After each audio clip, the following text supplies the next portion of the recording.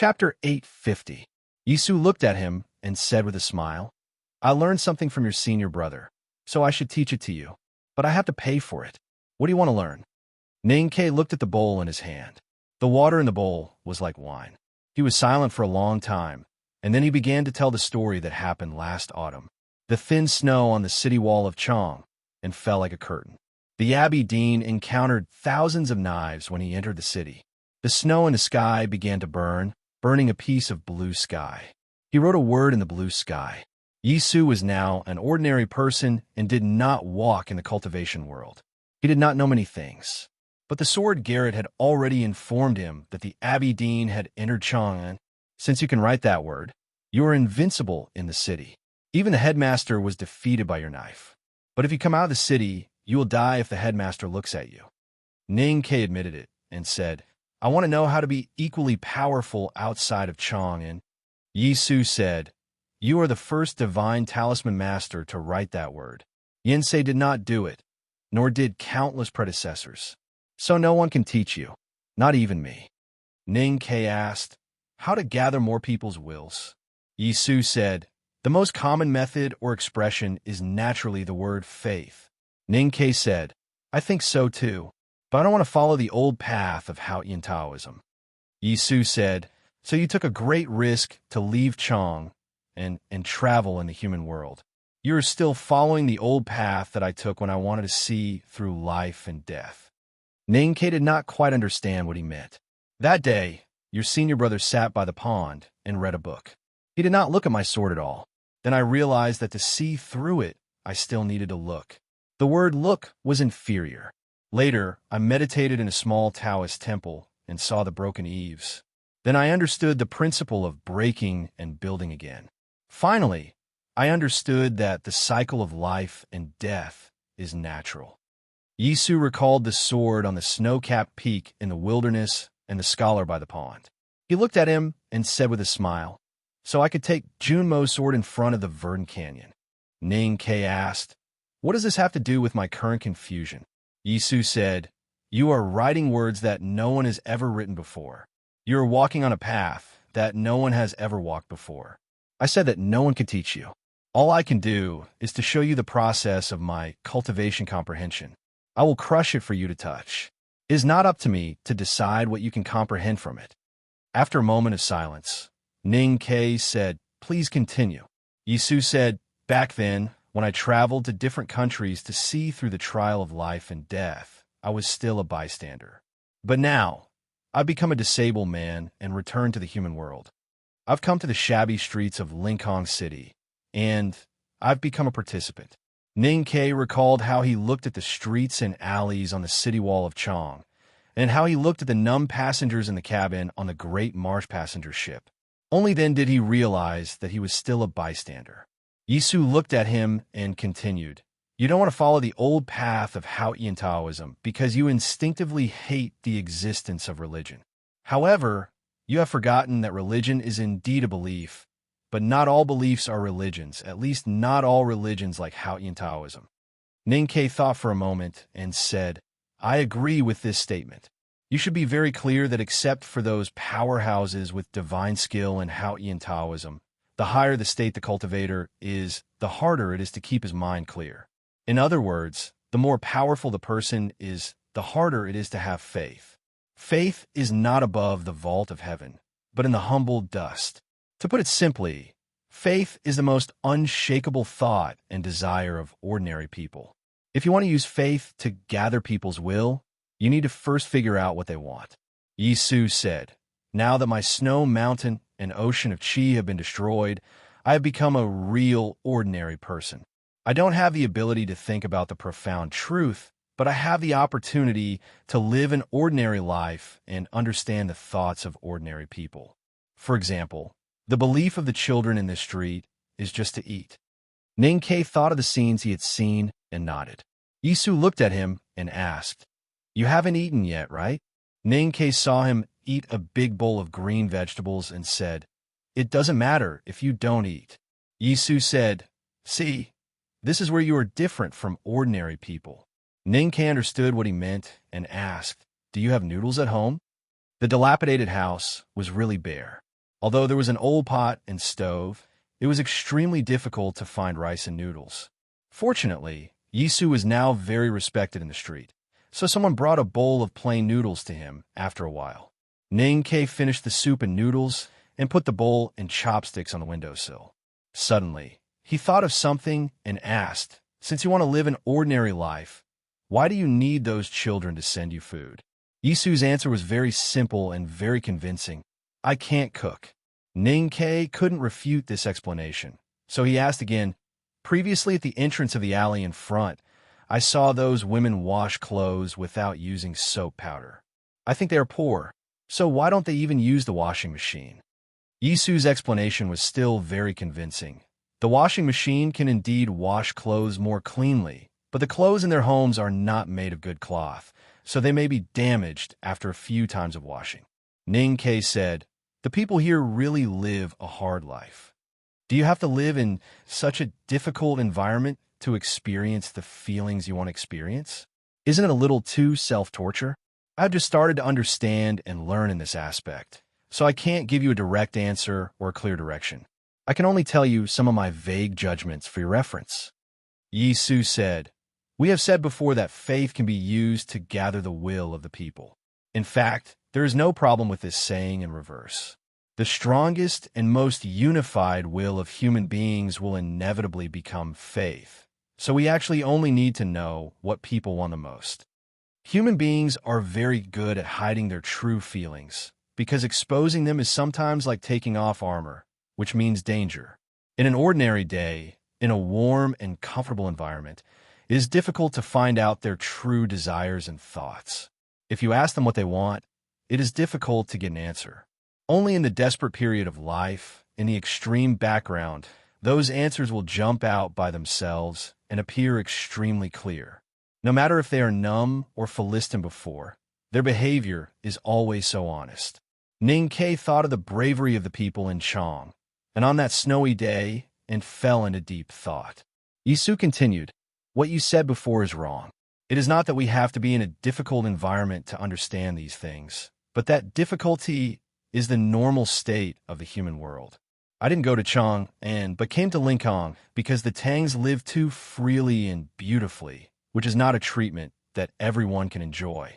In Lincoln, I've seen the most extravagant nobles, the poorest citizens, the most arrogant priests, and the most miserable slaves. Wealth and poverty seem to be inborn and cannot be changed. This makes me start to think about a question. Why can't these things be changed? The twilight spilled into the house through the hole in the roof, as if plated a layer of warm red luster on Yisu. It did not feel sacred, but it was so intimate. He looked at Ning-Kei quietly and said, "In the doctrine of Hao Yin, everyone is guilty and needs to repent so that they can be saved by Hao Yin and enter the divine kingdom of light after death. But in the long decades of life before entering the divine kingdom, do believers have to bear the hopeless torture of poverty? I have never been to the divine kingdom of Hao Yin, so I don't know if it is as beautiful as described in the scriptures. But I know that the human world under the divine kingdom is not beautiful. Then, if Hao Yin's compassionate gaze does not fall on the human world, or if it is testing the human world, what should Hao Yin believers do? Should they kowtow to the West Hill Divine Palace and wait for the final salvation, as they have done for countless years in the past? Everyone is guilty, but what is the sin of believers? Greed for material things? Desire for wealth? Longing for freedom? Unable to obtain peace because of these things? These are all desires that human beings can hardly get rid of. If these are all sins, then they are the original sins that cannot be completely erased.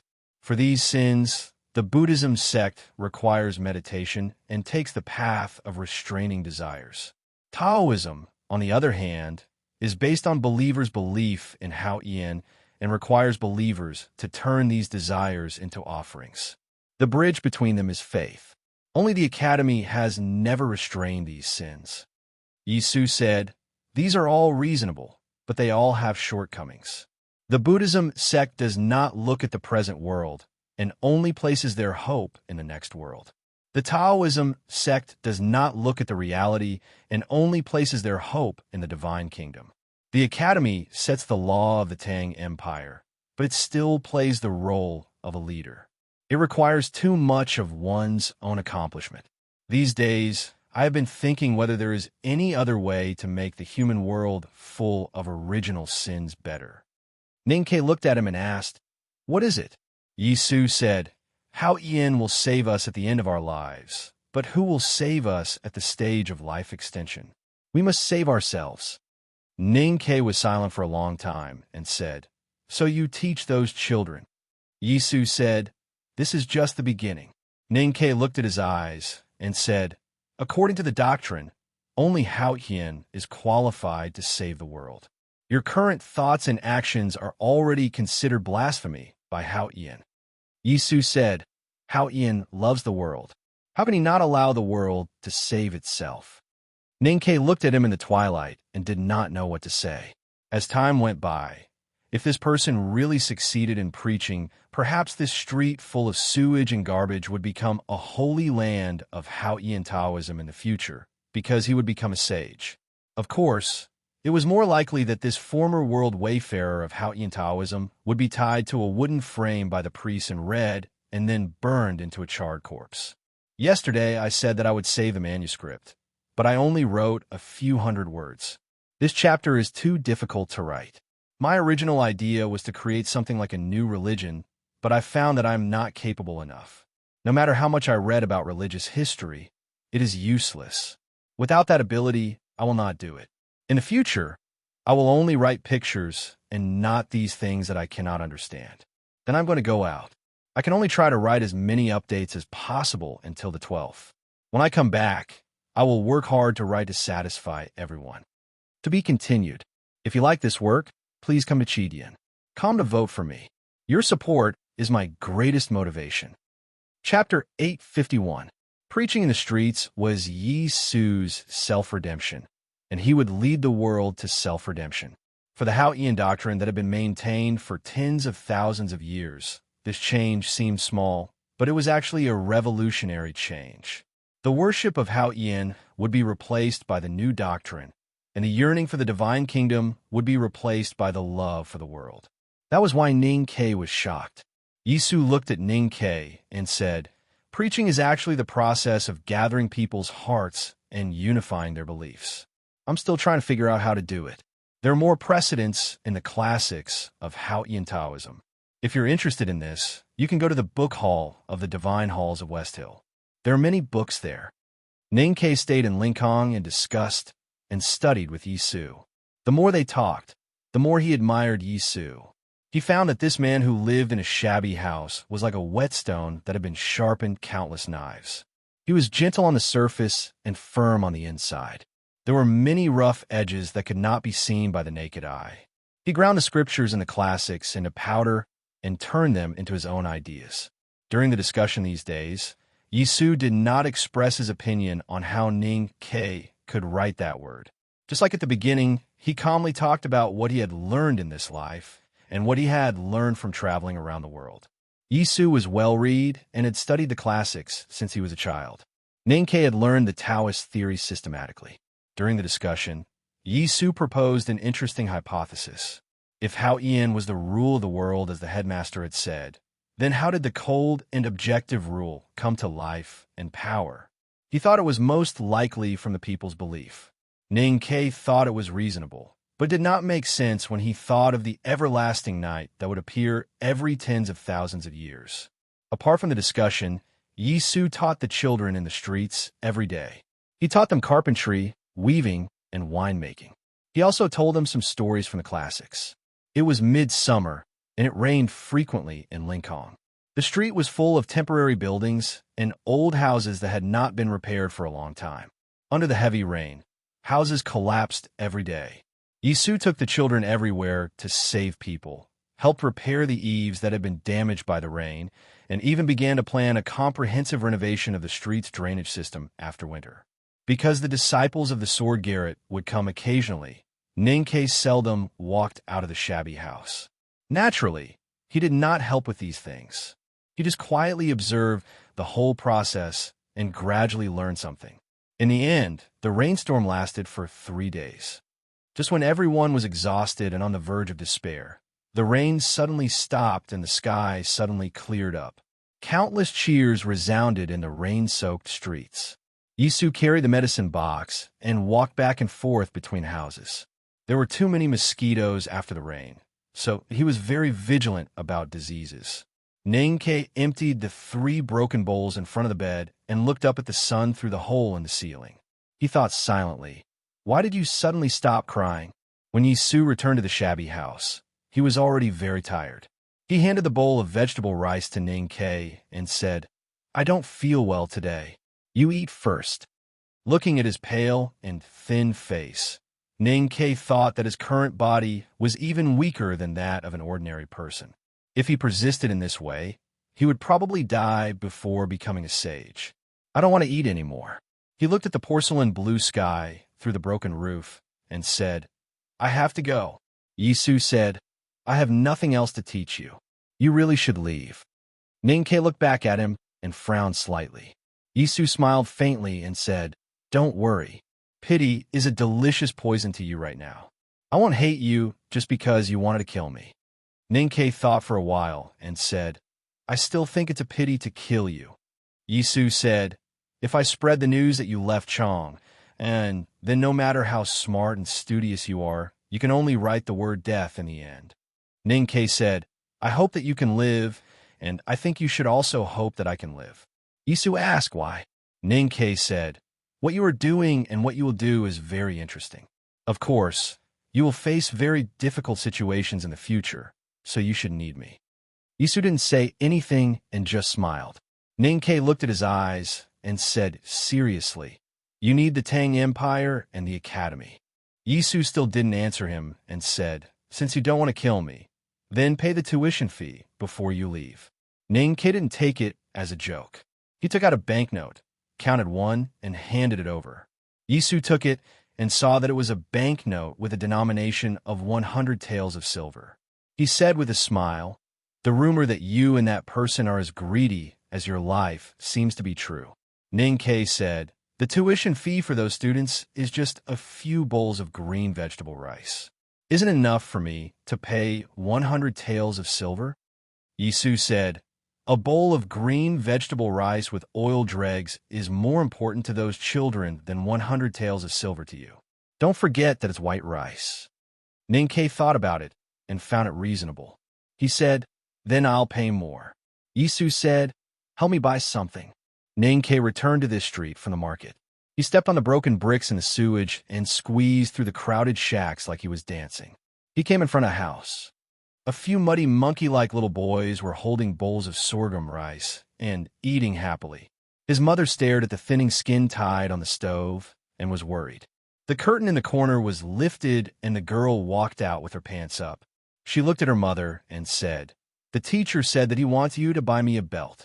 Her mother said angrily, "Didn't he just cut a cloth belt for you last night?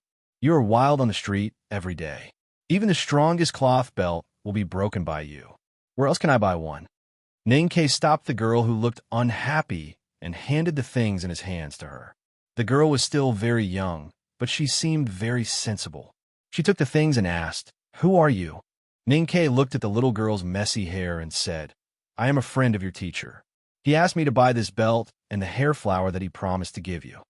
In Lincoln in midsummer, the heavy rain had just stopped and the heat came. The air was so humid that the sewage on the ground couldn't be evaporated in a short time. It gave off an unpleasant smell. Yisu saw Ninkei off to a secluded place outside the street. Ninkei turned to him and said, "The little girl is very happy. Do you have other ideas?" "She is Huanzi. She is a girl." Yisu said. Ninkei said, "Why so serious?" "I was just joking before I left." Yisu said, "I don't know you very well." Ninkei said, "I know her very well." Yisu asked, "Who is she?" Ninkei said, "Your sister." Yisu felt that he had heard the 2 words before. Then he remembered that he also heard the 2 words when he asked Mr. First where Ninkei learned the day sword many years ago in the snow city of Chong. And people in the academy can be really annoying sometimes. He looked at Ninkei and said, "So I still don't understand why you don't want to kill me. You used to be annoying too, but you're fine now. Although I have never been afraid to kill, I need a reason or emotion to kill." Ninkei told him what he had done in Qinghe Prefecture and then said, "I asked Wu Dao to kill Zhong Dajuan to help Guanhai solve some problems. At the same time, I wanted to intimidate Qinghe Prefecture and vent my anger. Most importantly, I wanted to tie the Buddhism sect, or at least the Lang Temple, to the academy. But when I met you in Lincoln, I thought of another possibility. Maybe the future of Haoyan Taoism lies in you. Then why should I kill you?" Ning Ke didn't go far before he heard the sound of children reading in the street. To be more precise, they were not reading, but reciting the method of knitting hair flowers. He turned to look at the street and saw mist rising in the twilight. The sound of children's voices could be heard. He couldn't smell the stench from a distance. He could only see the picture, which was beautiful in a different way. Yisu had integrated some ideas of the Buddhism sect and the academy.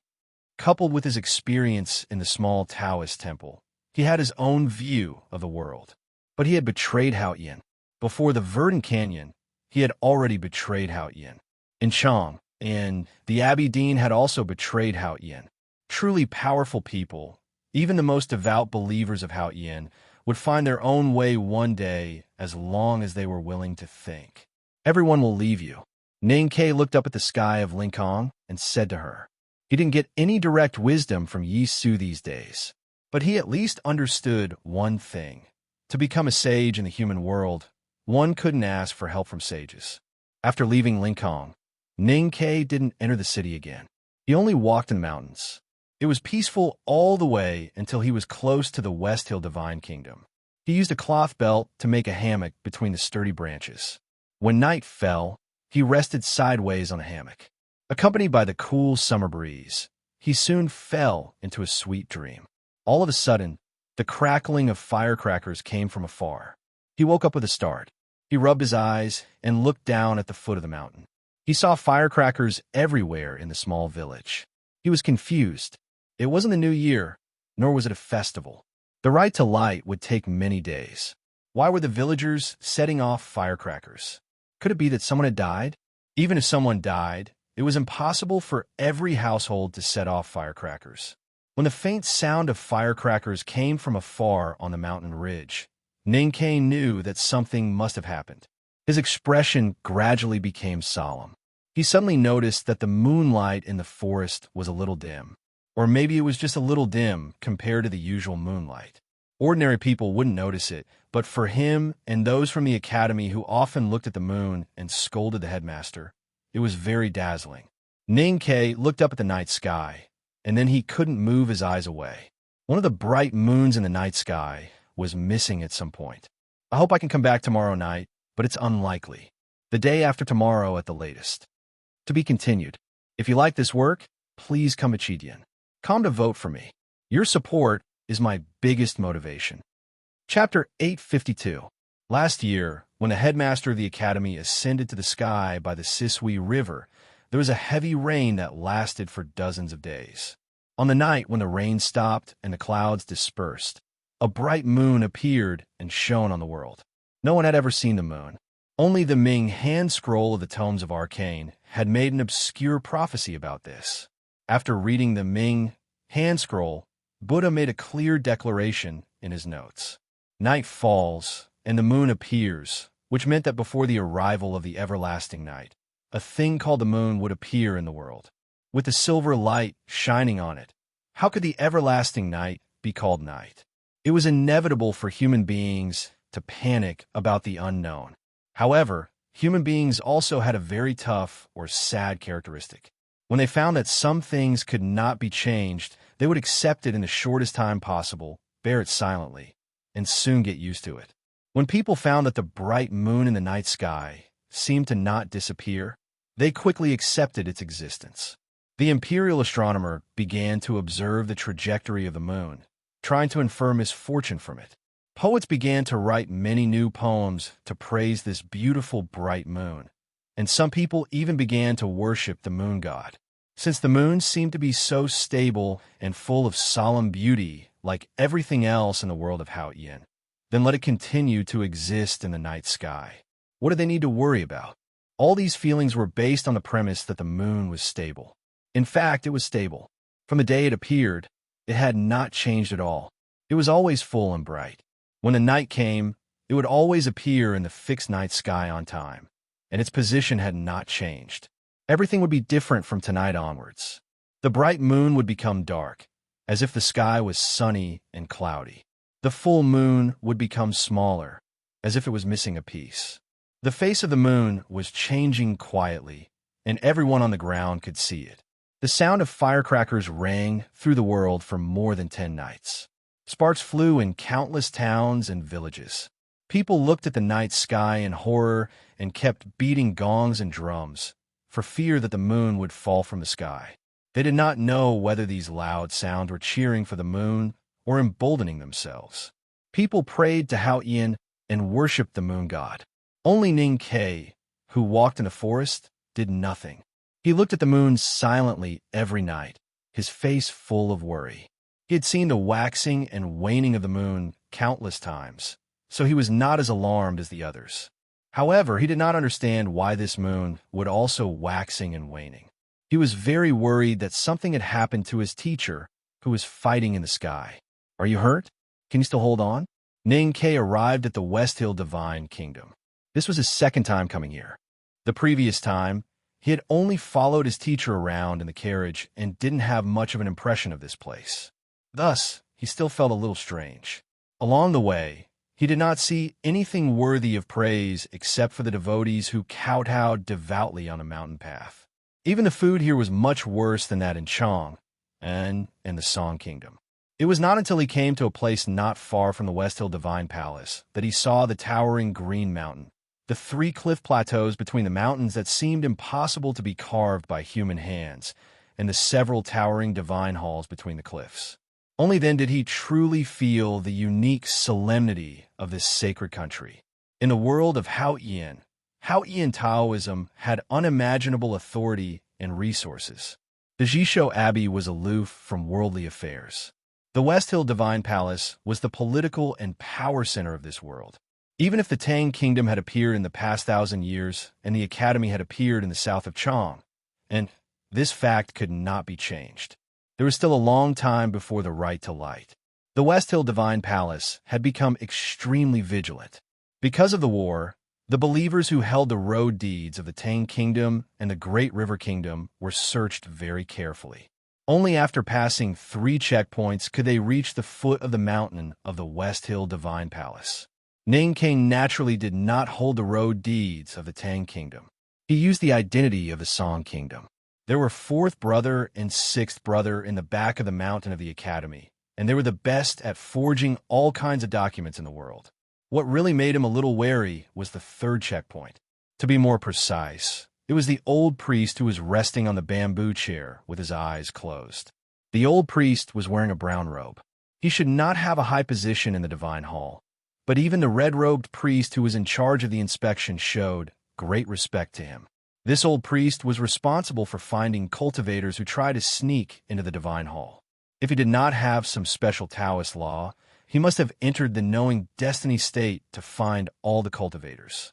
Ning Kai really could not imagine that Hao Yin Taoism could casually find a powerhouse in the knowing destiny state to take charge of such an ordinary task after suffering such heavy losses in this war. He looked at the towering divine hall in the distance and thought that it was indeed Hao Yin Taoism that had ruled the world for tens of thousands of years. No one knew how many great figures were hidden in this mountain. As he thought of this, he just walked over. The old priest in brown who was lying on the chair did not respond at all. His eyes were still closed, and he seemed to be sleeping more soundly.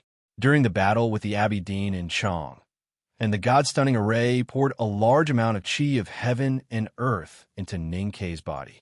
At that time, his state was raised to the peak of the knowing destiny state in a very short period of time. After the battle, the qi of heaven and earth flowed out of his body and returned to the streets of the city.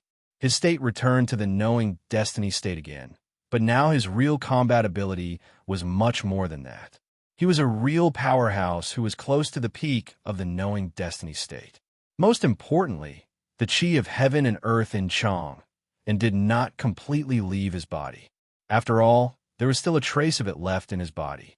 For the 1,000-year-old city, a trace was not enough to make a difference. But for a cultivator, the primordial chi was unimaginably abundant. When Ning Ke had secluded himself in the precipice of the back mountain of the academy, he had completely mastered the method of cultivating the Great Spirit. After being taught by third sister Yulian, he was even more adept at it. The remaining chi of heaven and earth in his body was slowly turning into his own Great Spirit as time went by. Now the water droplets condensed by the Great Spirit in Ning Ke's lower abdomen had already become a pond. It seemed to be inexhaustible in battle. It was even easier to use it to cover his snow mountain and ocean of chi and disguise himself as an ordinary person who could not cultivate.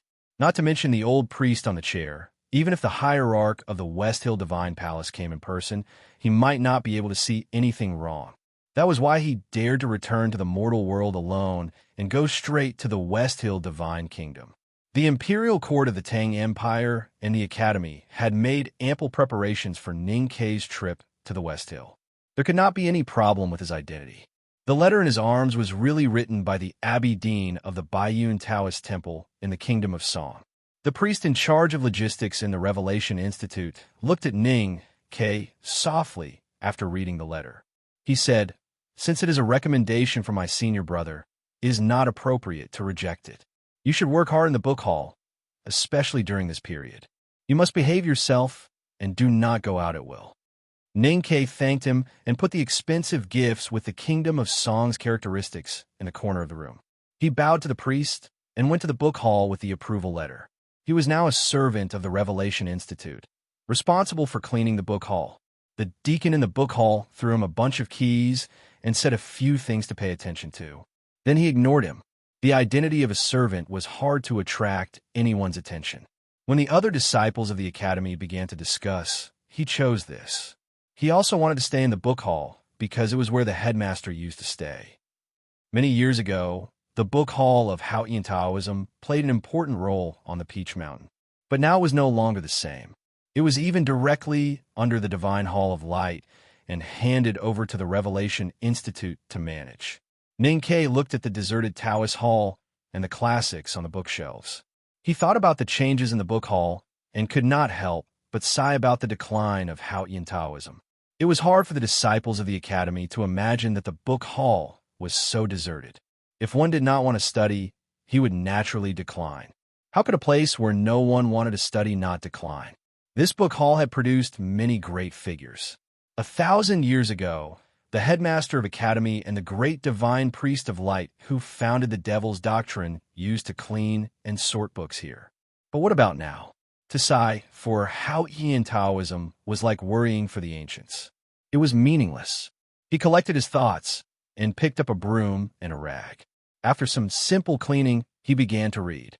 Yisu had said that there were many Taoist classics here and that he could spend some time reading. He liked reading, and judging from the current situation, no one would disturb him.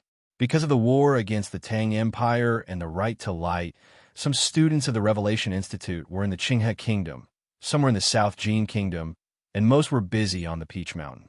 Ning Ke hid in the book hall and read for a few days. He did not meet a single person. He kept reading the books he needed. Time passed slowly. Sometimes, he even felt that he had become a scholar. But that was not the case. When his eyes occasionally left the paper and looked at the divine hall on the mountain, it was very complicated. Two girls stood in front of the divine hall of light. The two girls were still very young. They wore white clothes, and their appearances were ordinary. However, those who saw them would find it hard to shift their gazes away, because they were extremely white. Every inch of their skin was exceptionally white, without a single blemish to be found. It was like snow, and their expressions were exceptionally pure like water. In the distance, the deacons and priests of the divine hall who were busy looked at the two girls in white with curiosity and awe. The two girls in white were selected from more than 100,000 girls in the West Hill Divine Kingdom. According to the decree of the hierarch lord, they had the same status as the saintess. Therefore, no matter how curious the people in the divine hall were about them or about the divine hall of light, no one dared to ask. The people in the divine hall rarely saw the two girls because they were always in the divine hall of light. They rarely stepped out of the divine hall, which made them very mysterious. But today, they stood outside the divine hall. What were they waiting for? On the mountain road at the foot of the Peach Mountain, smoke and dust suddenly rose. Several carriages were moving at an unimaginable speed toward the divine hall, as if they were charging. The people in the divine hall were shocked. What happened? Was the war going to start again? All kinds of good. Good chapter title, good plot, good pun. I like it. Hee. Tomorrow's update will definitely be late at night.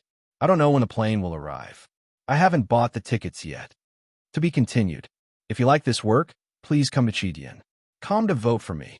Your support is my greatest motivation. Chapter 853. The West Hill Divine Palace was not an unknown place like the Jisho Abbey or the Shinkong Temple, but it was not in the mortal world either, because in the eyes of ordinary believers, it was the divine kingdom on earth. Today, several horsemen came from the foot of Peach Mountain at a high speed, as if they wanted to bring some news from the mortal world to the divine kingdom. Naturally, no one laughed. The priests and deacons of the divine hall began to check, and they were not surprised to see a very high-ranking waste token. When they found that these knights and several carriages had returned from Chong, they could not help but become more and more serious. They looked at each other with a surprised expression. Is the war really going to start again? The carriages continued to the Peach Mountain under the protection of the cavalrymen of the divine hall. Smoke billowed all the way until they stopped in front of the divine hall of light in front of the cliff yard. The two girls in white clapped their hands gently. Dozens of deacons walked out from the side of the divine hall of light. They carried a pile of green cloth and pulled it to the front of the hall. These green cloth curtains were about 3 people's height and very long. They surrounded the entire square in front of the divine hall. Even if someone looked from the white divine hall at the highest point of Peach Mountain, it would be difficult for them to see what was behind the green cloth curtains. Now, there were only cavalrymen and carriages returning from Chong and behind the green cloth curtains. Those travel-worn people did not have time to salute the two girls in white. They opened a carriage and helped a person out. A girl in white looked at the divine priest in charge of this mission and asked in a childish voice, "Are you sure it's not wrong?" The divine priest said solemnly, "It's definitely not wrong. We used the old people in the Southern Gate Temple and confirmed that this person has been in Lin 47th Street all these years." The girl in white looked at the middle-aged man beside the carriage and nodded with satisfaction. The middle-aged man's greasy clothes and laborious hands revealed his ordinary identity. He looked very nervous at the moment.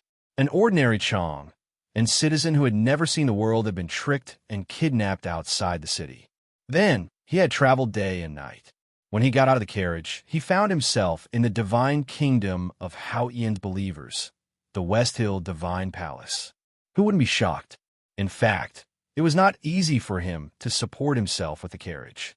He was also a believer of Haotian. Logically speaking, when he suddenly found out that he had come to the West Hill Divine Palace, other than fear and confusion, he should also be a little excited. However, the war between the West Hill Divine Palace and the Tang Empire had just ended. As a Tang, he felt that it would not be a good thing to welcome him. Another girl dressed in white asked the priest, "Did you bring back the other thing?" The priest was the most loyal subordinate of the Divine Hall of Light. Until now, he still did not know what task he was carrying out, but he could vaguely guess that it must be related to the biggest secret of the Divine Hall. He took a few cautious steps forward and took out an object wrapped in cloth. He said in a low voice, "The tomb was too close to the academy, so we did not dare to act rashly. The old brushpen shop was also guarded, and the courtyard wall was demolished a few months ago. Fortunately, the object was buried under the rubble and was not found. We finally got it back after paying a price." The West Hill Divine Palace had sneaked into Chong and had wanted to take back something from the old brushpen shop. He said it lightly, but everyone knew that the price must be very heavy. The girl dressed in white took the object wrapped in cloth and slightly lowered her arm. The object seemed to be a little heavy. She did not ask anything else and signaled the divine priest to lead all the subordinates out of the green curtain. Then she walked in front of the absent-minded man and said, "Let's start." The middle-aged man asked blankly, "Start doing what?" A girl dressed in white said, "Do what you're best at. Don't say that you can't do it well. All the materials you need are in the carriage. Even the pots and stoves have been moved here." Only then did the middle-aged man know what they wanted him to do. He was even more shocked and confused. Did they kidnap him from thousands of miles away to the divine hall just for this? This matter was too strange.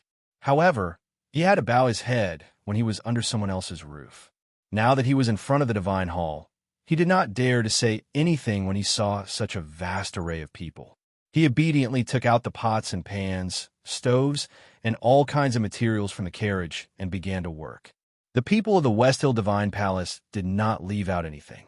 The pots and pans, the stove, the flour, scallions, chili oil, vinegar, and even the firewood were all the things he had used in the past 10 years.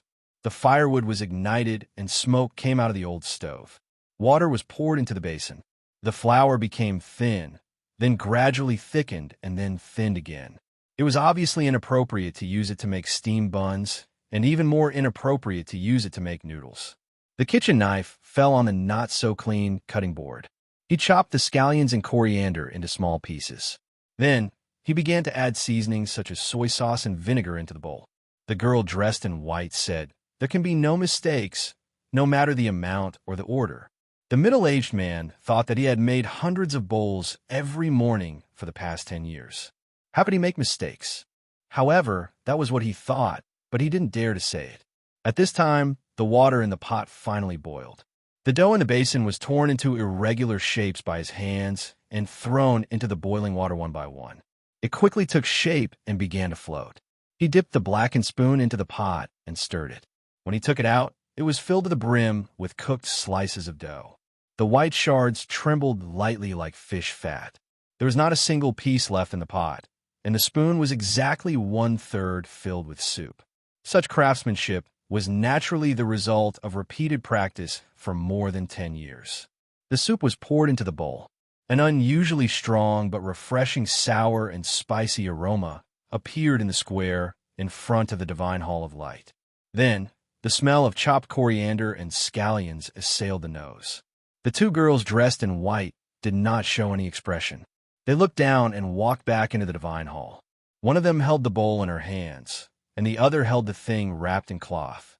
The middle-aged man said subconsciously, "One bowl is not enough for the two of you, right?" The girl from the old brush pen shop used to eat one bowl and bring back 2 bowls when she was so thin. The two girls dressed in white ignored him and walked into the divine hall. The middle-aged man looked at the boiling water in the pot and held the big spoon in his hand. He stood in the empty square in front of the solemn divine hall, feeling very nervous. Not long after, a girl dressed in white came out of the divine hall of light. She handed several things to the middle-aged man and said, "Someone will send you back to Chang'an." After saying this, she went back into the divine hall of light and did not come out again. The middle-aged man was stunned for a long time before he remembered to look at the things in his hand. They were a perfect luminous pearl and an elixir that gave off a faint fragrance. Although he was an ordinary person, he could feel that these 2 things were extraordinary. He became more and more frightened. He had always been proud of his craftsmanship, but it was not worth it. The nobles of the divine halls of West Hill had kidnapped him from Chang and to the Peach Mountain and given him a luminous pearl and an elixir, just for a bowl of something worthless? Was there such a delicious sour and spicy noodle soup in the world? The green curtain was removed. The carriage drove down the Peach Mountain, stirring up the dust again and returning to the mortal world. Ning Ke held a bag of rice in his hand. He looked at the carriage and frowned. He did not know that the carriage came from Chang'an. Like the rest of the people in the divine hall, he had many doubts. He turned around and walked back to the Revelation Institute through the side door. He did not look at the divine halls on the mountain. It was not because he was cautious, but because he did not want to look at them too many times to suppress his desire. She and that idiot that he was looking for were there.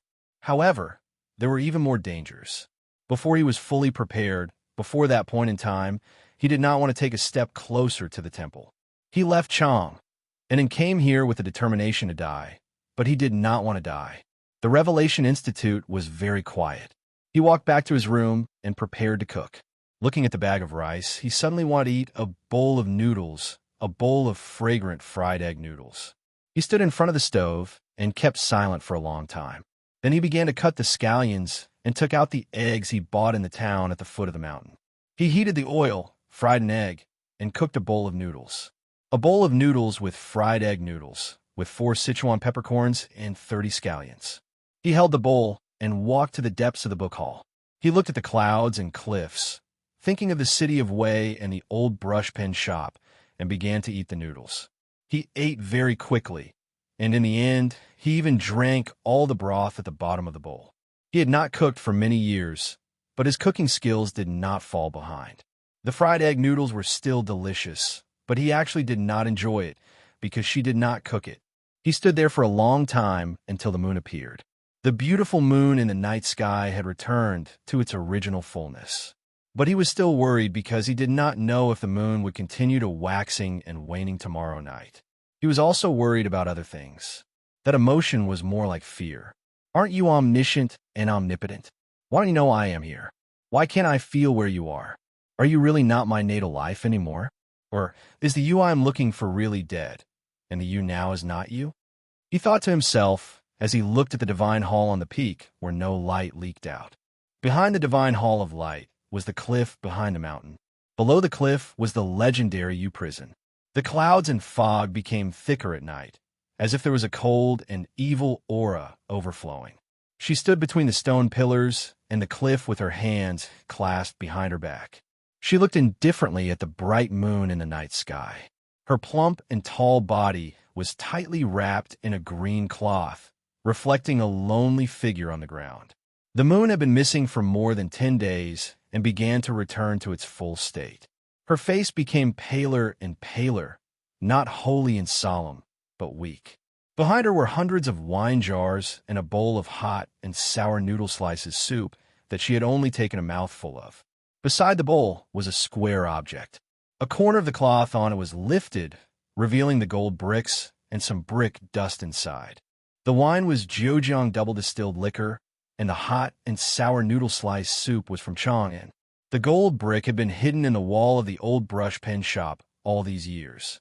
These were useless memories she hated the most, so she had to get them back. Or it was like this. There's a big bug. Regarding the moon's waxing and waning, I mentioned a few strokes earlier, but I forgot to write them myself. I always thought that I didn't write them, and was happily waiting for this moment to play with this stroke. I didn't expect that I would play myself into a fool. For my original intention, I have already corrected the 2 places I found earlier, and I sincerely apologize to everyone. The day before yesterday, he didn't sleep for an entire day and night. It was the first time in his life that he felt airsick. The journey was tough, and he wouldn't go out for a month, even if he was beaten to death.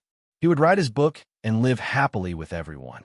According to the schedule, the report was updated as follows: 2 chapters tomorrow, 1 chapter the day after tomorrow, and 2 chapters the day after that. Along the way, I had a great time writing.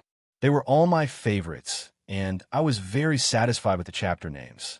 Just like the day before yesterday, if I don't continue to praise myself, I can't keep my eyes open. Finally, there's one thing that I want to report again. There are some very beautiful sentences in Jiangyi, which I have seen everywhere. I really can't find the original author, so there's no name. I can only state the source, such as the fish leaping into the sea, the flower blooming on the shore, or that spring I cut a few caddies of peach blossoms, or that time stew, which I will use in the future. I've reported these before, but I dare not falsely claim this honor. But some readers may not notice, so I'm reporting it again. The original authors are awesome, and I'm a hard-working porter. To be continued. If you like this work, please come to Chidian. Come to vote for me. Your support is my greatest motivation. Chapter 854. Sang Sang looked at the moon in the night sky.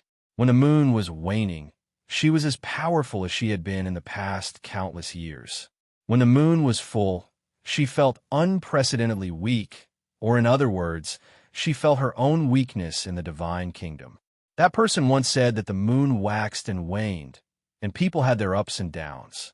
Then what about her? From a moment she fell into the snow-capped peak in the far north, she wanted to leave the human world and return to her own kingdom because she sensed danger. She was in danger both in the divine kingdom and in the human world. However, the gate of the divine kingdom had been destroyed. How could she go back?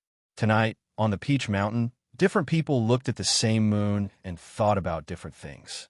Some wanted to leave, some wanted to stay, but they didn't know if they wanted to see each other. She stood on the balcony behind the divine hall of light for a long time until the moon disappeared and the sky in the east of the mountains turned white. The morning light sprinkled on her, but she still didn't leave. The morning clouds were covered with strange colors and were blown away by an unknown wind, revealing the red and warm sun. She bathed in the sunlight and slowly squinted her eyes. Her expression was peaceful and beautiful. She was the rule of this world and also the ruler of this world. She fell into the human world and gradually became immortal. She didn't need to cultivate and only needed to bask in the sun. Although she didn't know if the red sun was real or fake, the light and heat were real, and they were the source of her power. As for the wine and dishes, they were just nutrients that her body needed, or more importantly, they were needed to weaken her consciousness. Now, she was very plump, or in other words, very fat. Her body stretched the cyan dress with flowers. She was very white and tall, which was completely different from her appearance in the past 19 years. However, her eyes didn't change. They were still thin and long like willow leaves and extremely clear. She squinted and became even thinner, like the willow leaves by the Yanming Lake in Chang'an. But it didn't mean that she could still see everything in front of her when she closed her eyes. The red sun leaping out of the morning glow, the filamentous clouds and the flowing wind, and the thin waterfall between the cliffs all appeared in her bright eyes. She saw birds flying back and forth between the cliffs, cubs in the distant mountains, reefs appearing in the distant seawater, and the heat of the sun turning the seawater into steam. All of these scenes represented the rules at work. The rules of this world could not be shaken and appeared very stable. Therefore, the world also appeared very stable. The chi of heaven and earth and all matter were distributed very evenly. She was the rules, so she felt very satisfied. There was still no expression on her face, but in the deepest part of her eyes, one could almost see the intoxicated expression of a human. She was intoxicated by the harmony between herself and the world. She continued to stand on the balcony at the back of the divine hall of light, looking at the scenery that kept changing, but in fact remained the same. She did not leave until the night came again and the moonlight shone again.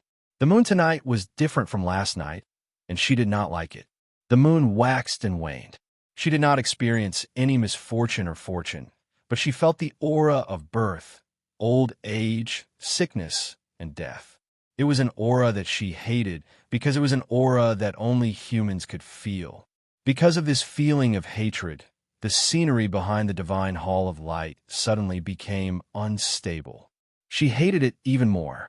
The sound of the wind blowing through the trees was like thunder in her ears. The waterfall falling into the clouds seemed to be silent, but in her ears, it sounded like someone was beating war drums. She could no longer enjoy the peace she liked. Even if she threw all the wine jars behind her down the cliff, she could not change the fact that she had drunk all the hard liquor in the jars. I plan to go out for a walk. She looked at the bright moon in the night sky and said. The two girls in white kneel behind her, too shocked to speak. They had never seen the saintess leave the divine hall of light since they came to Peach Mountain. The people in the divine halls of West Hill had never seen the saintess face. Why did she suddenly want to leave? Where was she going? The next morning, a very ordinary carriage stopped in front of the divine hall of light. The big black horse poked his head out of the hall and looked at the two war horses from West Hill in front of the carriage. His eyes were full of killing intent. He wanted to let the two war horses know the difficulty and retreat so that he could create an opportunity. She walked out from the depths of the divine hall and glanced at him. The big black horse hurriedly took a few steps back and bent his front hooves. He knelt on the frozen ground of the divine hall and grinned foolishly. He looked very obedient and even servile. She sat in the carriage and closed her eyes to rest. A girl in white waited on her in the carriage. The other girl in white waved her whip and drove the carriage away from the divine hall of light and down the Peach Mountain. The more ordinary a carriage was, the more conspicuous it would be in the solemn divine hall. But strangely, it seemed that none of the priests or deacons saw the carriage, nor did they hear the sound of the hooves or the whip of the girl in white. The carriage quietly went down the Peach Mountain like a ghost. The carriage did not stop at the foot of the mountain. It continued forward for more than 10 miles, crossed a stone bridge over a small river, and came to a small town. It stopped in front of a shop opposite the Taoist hall of the town. Ning Ke woke up early in the morning. He first practiced a set of bladesmanship to warm up. Then he sat cross-legged in the morning fog and meditated for a while. He began to breathe in and out, borrowing the abundant qi of heaven and earth in the Peach Mountain into his body and turning it into his own great spirit. The whole process was carried out very carefully. The morning fog was still there when he finished. He walked up the path behind the book hall. He could smell the faint fragrance of flowers in the fog, and he could not help but feel refreshed. At this moment, the red sun had completely risen and the mountain fog suddenly disappeared. He found thousands of peach trees were in full bloom beside him. He could not help but frown in disgust. Years ago, the headmaster of academy climbed the mountain while drinking and cut down all the peach trees. Since then, the peach trees here had never bloomed again. However, this spring, the eternal lamp in the divine hall of light suddenly went out, and the peach trees on the mountain bloomed for no reason. They never withered again, even in the middle of summer. He loved the peach trees in front of the academy because they were brought back by the headmaster of academy from the Peach Mountain. He did not love the peach trees in the West Hill Divine Palace because they represented the departure of the headmaster of academy in that matter. There seemed to be a path in the depths of the peach trees, but he did not know where it led. Ning Ke walked towards it and suddenly felt the mountain wind suddenly became cold.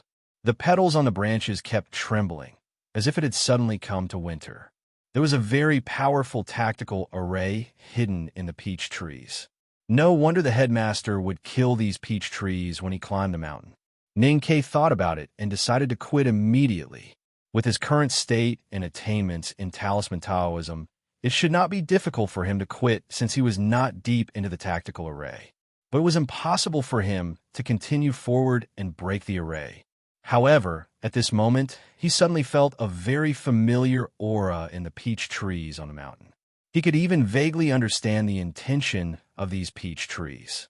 He did not know anything about tactical arrays, but he knew that this was the key to break the array. These peach trees were blooming for him.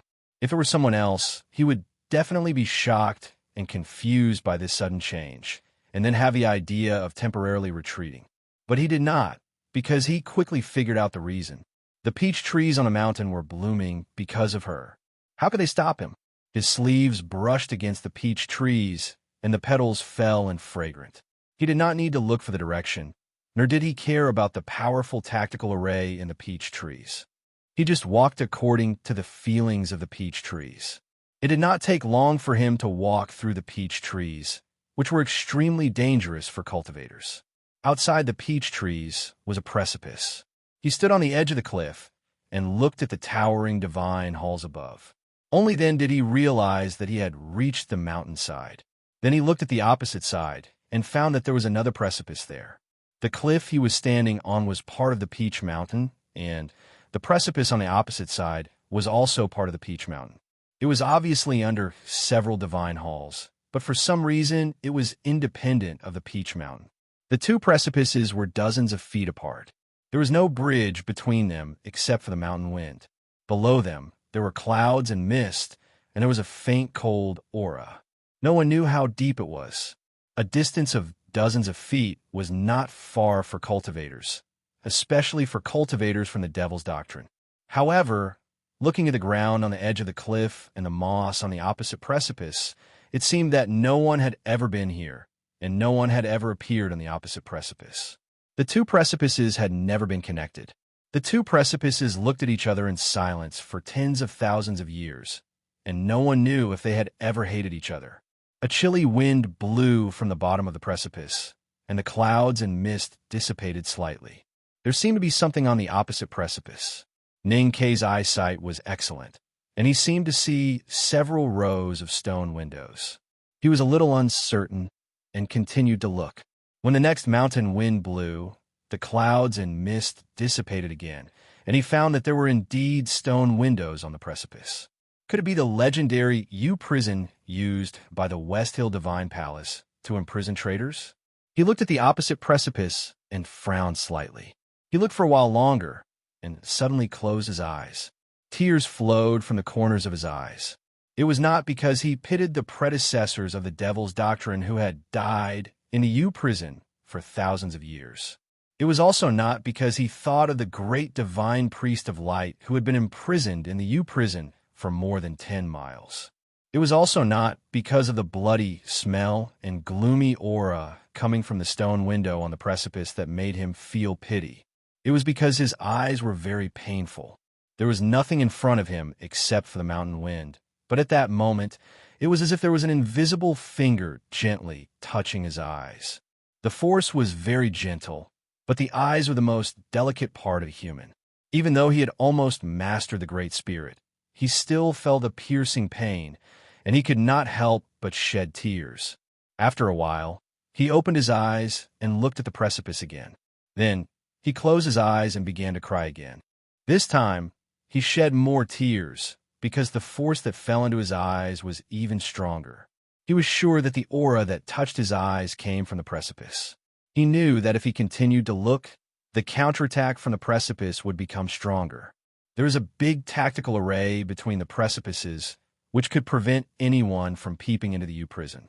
No matter if one was standing dozens of feet away or thousands of miles away, as long as one looked at the precipice, one's eyes would be touched. No one could avoid it, because when one looked, it was not one's eyes that fell on the precipice, but the image of the precipice that entered one's eyes. The power of the tactical array would follow. This tactical array was called eye-catching. There will be 2 chapters tomorrow. Recently, the updates have been more ordinary, but I am quite satisfied with the writing. However, I will not write a single chapter. It will be Monday soon, so please vote for it. Thank you. To be continued. If you like this work, please come come to vote for me. Your support is my greatest motivation. Chapter 855. Ning Kei was not allowed to look at the precipice, but Ning Kei insisted. He stared at the clouds between the precipice and the stone windows that were faintly discernible. His eyes became more and more sore. Finally, it was as if he had been stabbed by thousands of swords. He closed his eyes and began to cry, looking extremely sad. When he opened his eyes, they were already red and swollen. He did not know the name of the tactical array between the precipice, but he had truly experienced the magic of this tactical array. He thought to himself that Haotian Taoism was indeed the #1 sect in the world. It was extremely profound.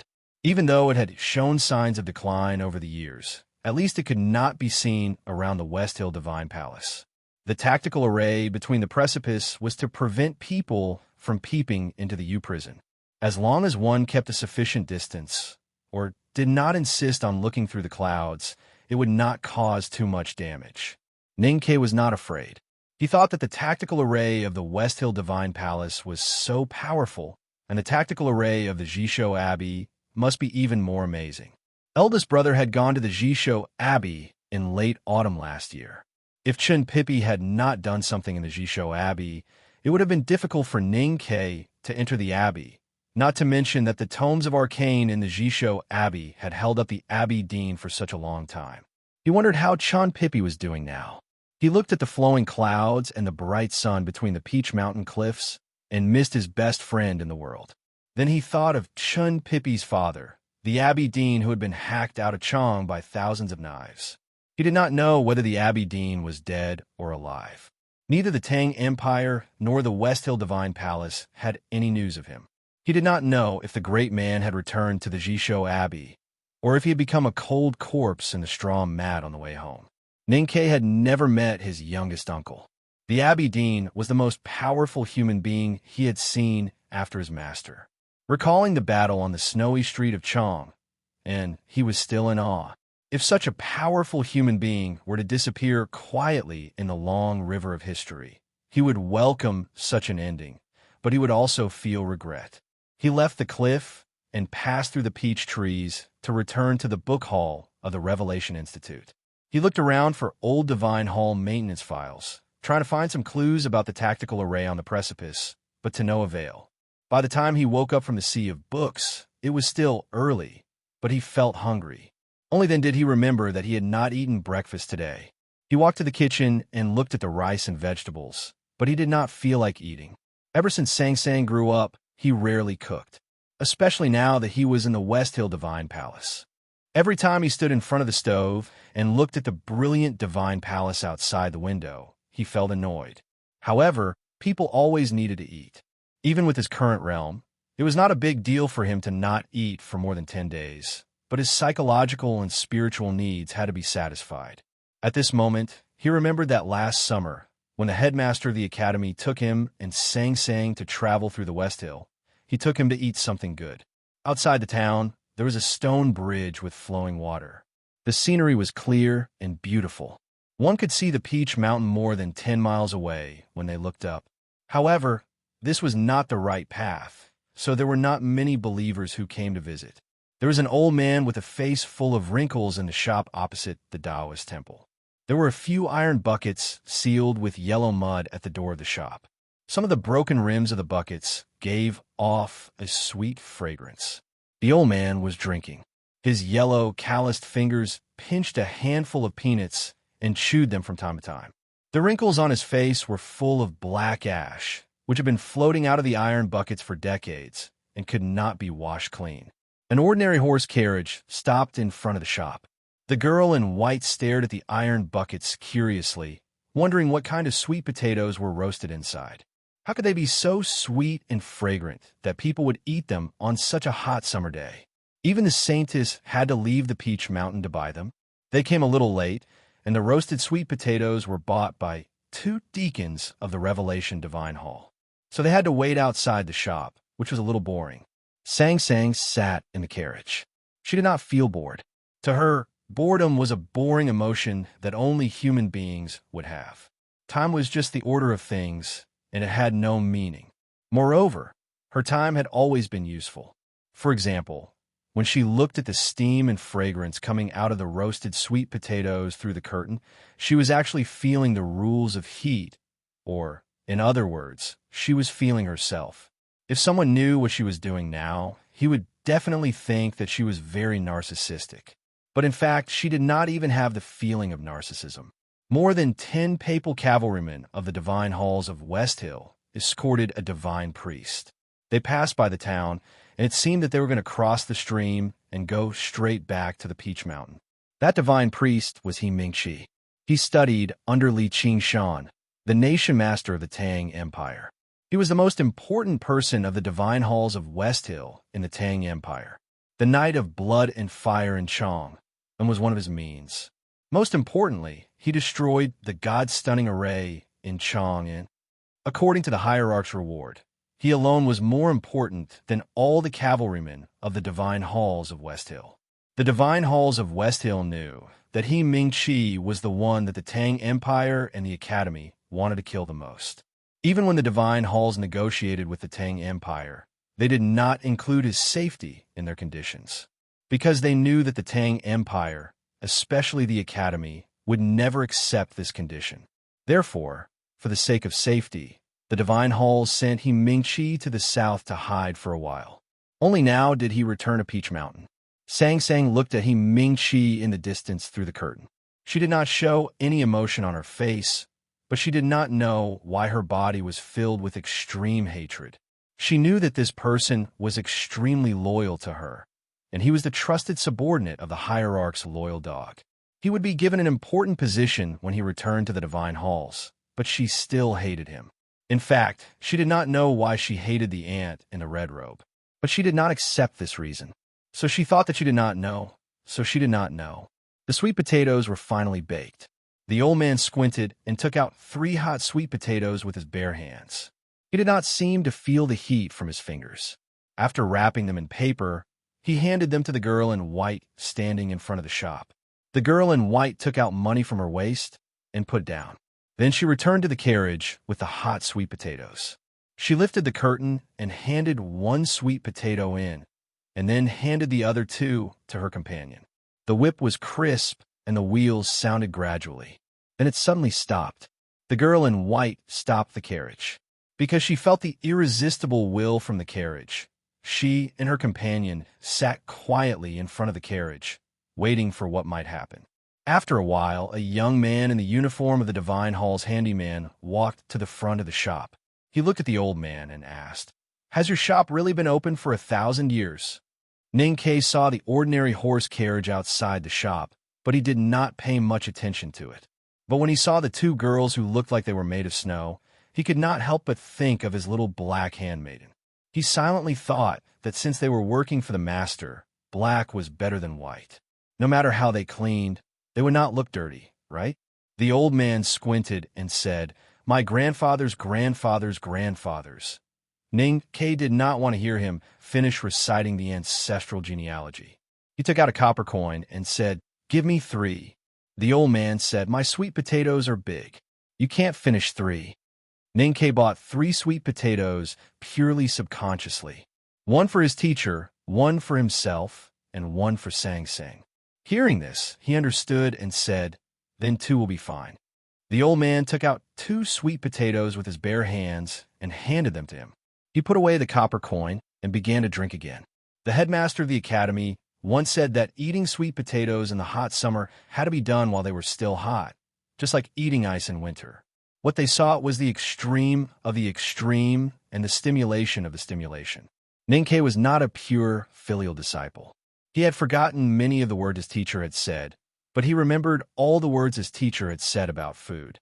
Because he insisted that compared to the title of the greatest man in the world, the title of the greatest gourmet in the world was more suitable for his teacher. He held the sweet potatoes and sat on the threshold. He pinched his fingers and tore the skin. The red and yellow soft potato meat was steaming and exposed in the deep summer air. The sweet smell spread around. He endured the heat and began to eat the potato meat. It was so hot that he kept sticking out his tongue. In the carriage, Sang Sang looked at the man on the threshold through the curtain. There was no emotion on her face. She was absolutely indifferent. However, she did not notice that the sweet potato in her hand had been crushed. She frowned in disgust and looked at the steaming potato meat. She raised her hand and took a bite. Then she began to eat again and again, as if she did not feel any heat at all. In the deep summer town, it was hot and quiet. Suddenly, the sound of cicadas came from the tree behind the house. They had just finished their afternoon nap and began to celebrate their reunion with their companions after an hour of separation. He sat on the threshold and ate the sweet potato. She sat in the carriage and ate the sweet potato. There was only a thin curtain between them. It was very quiet in front of the sweet potato shop. The old man drank several cups of wine and chewed 3 pinches of peanuts. He was slightly tipsy and began to hum with his dusty fingers while tapping on the barrel edge. Ninkei sat on the threshold and listened to the song. Although it was simple, it was somewhat beautiful. Especially the lyrics. Although ordinary, they were somewhat meaningful. Ninkei gradually became entranced. Picking firewood with a knife, but afraid of frightening the moving mountain ghost. Rain falls on the banana leaves. Last year's cicada slew falls on the shoes. Hanging on the vines, the mocking laughter in the clouds comes from the mouth of the monkey. After years of idleness, the pottery model under the rotten leaves has accumulated old dust. In the Hongluo winter field, the white snow regards the paw print as a burden. Looking at the sky, the clouds and smoke dissipate like smoke. Ninkei held the sweet potato and said in a daze, "Interesting." The old man became more and more proud of the guest's praise. His voice gradually became louder, but the tone suddenly became calmer, as if people in the countryside were talking.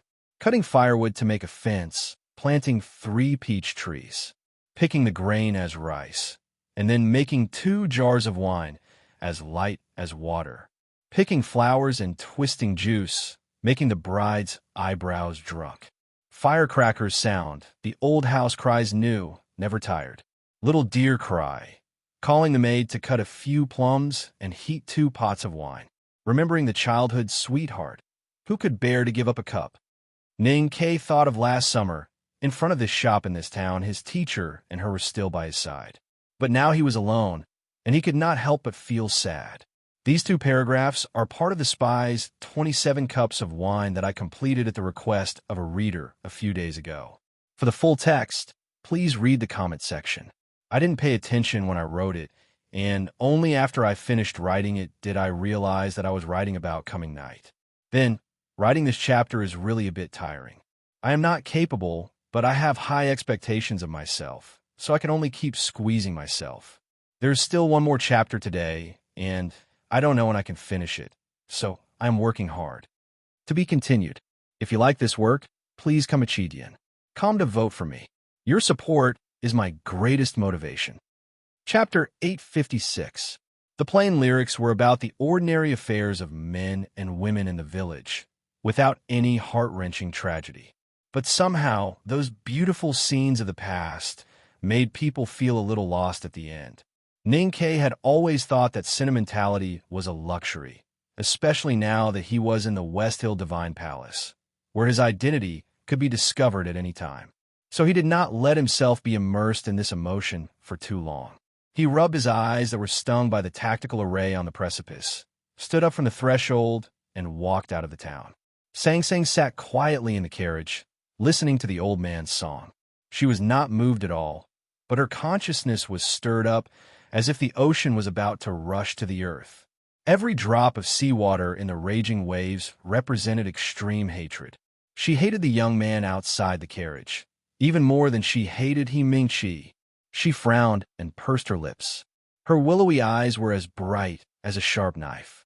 This was the first time she felt emotional since she came to the human world, so she hated him even more. Hatred would bring anger, and her anger was the wrath of heaven. Once it was angry, the world would change, the rivers would flood, and the people would lose their homes. No one could resist it.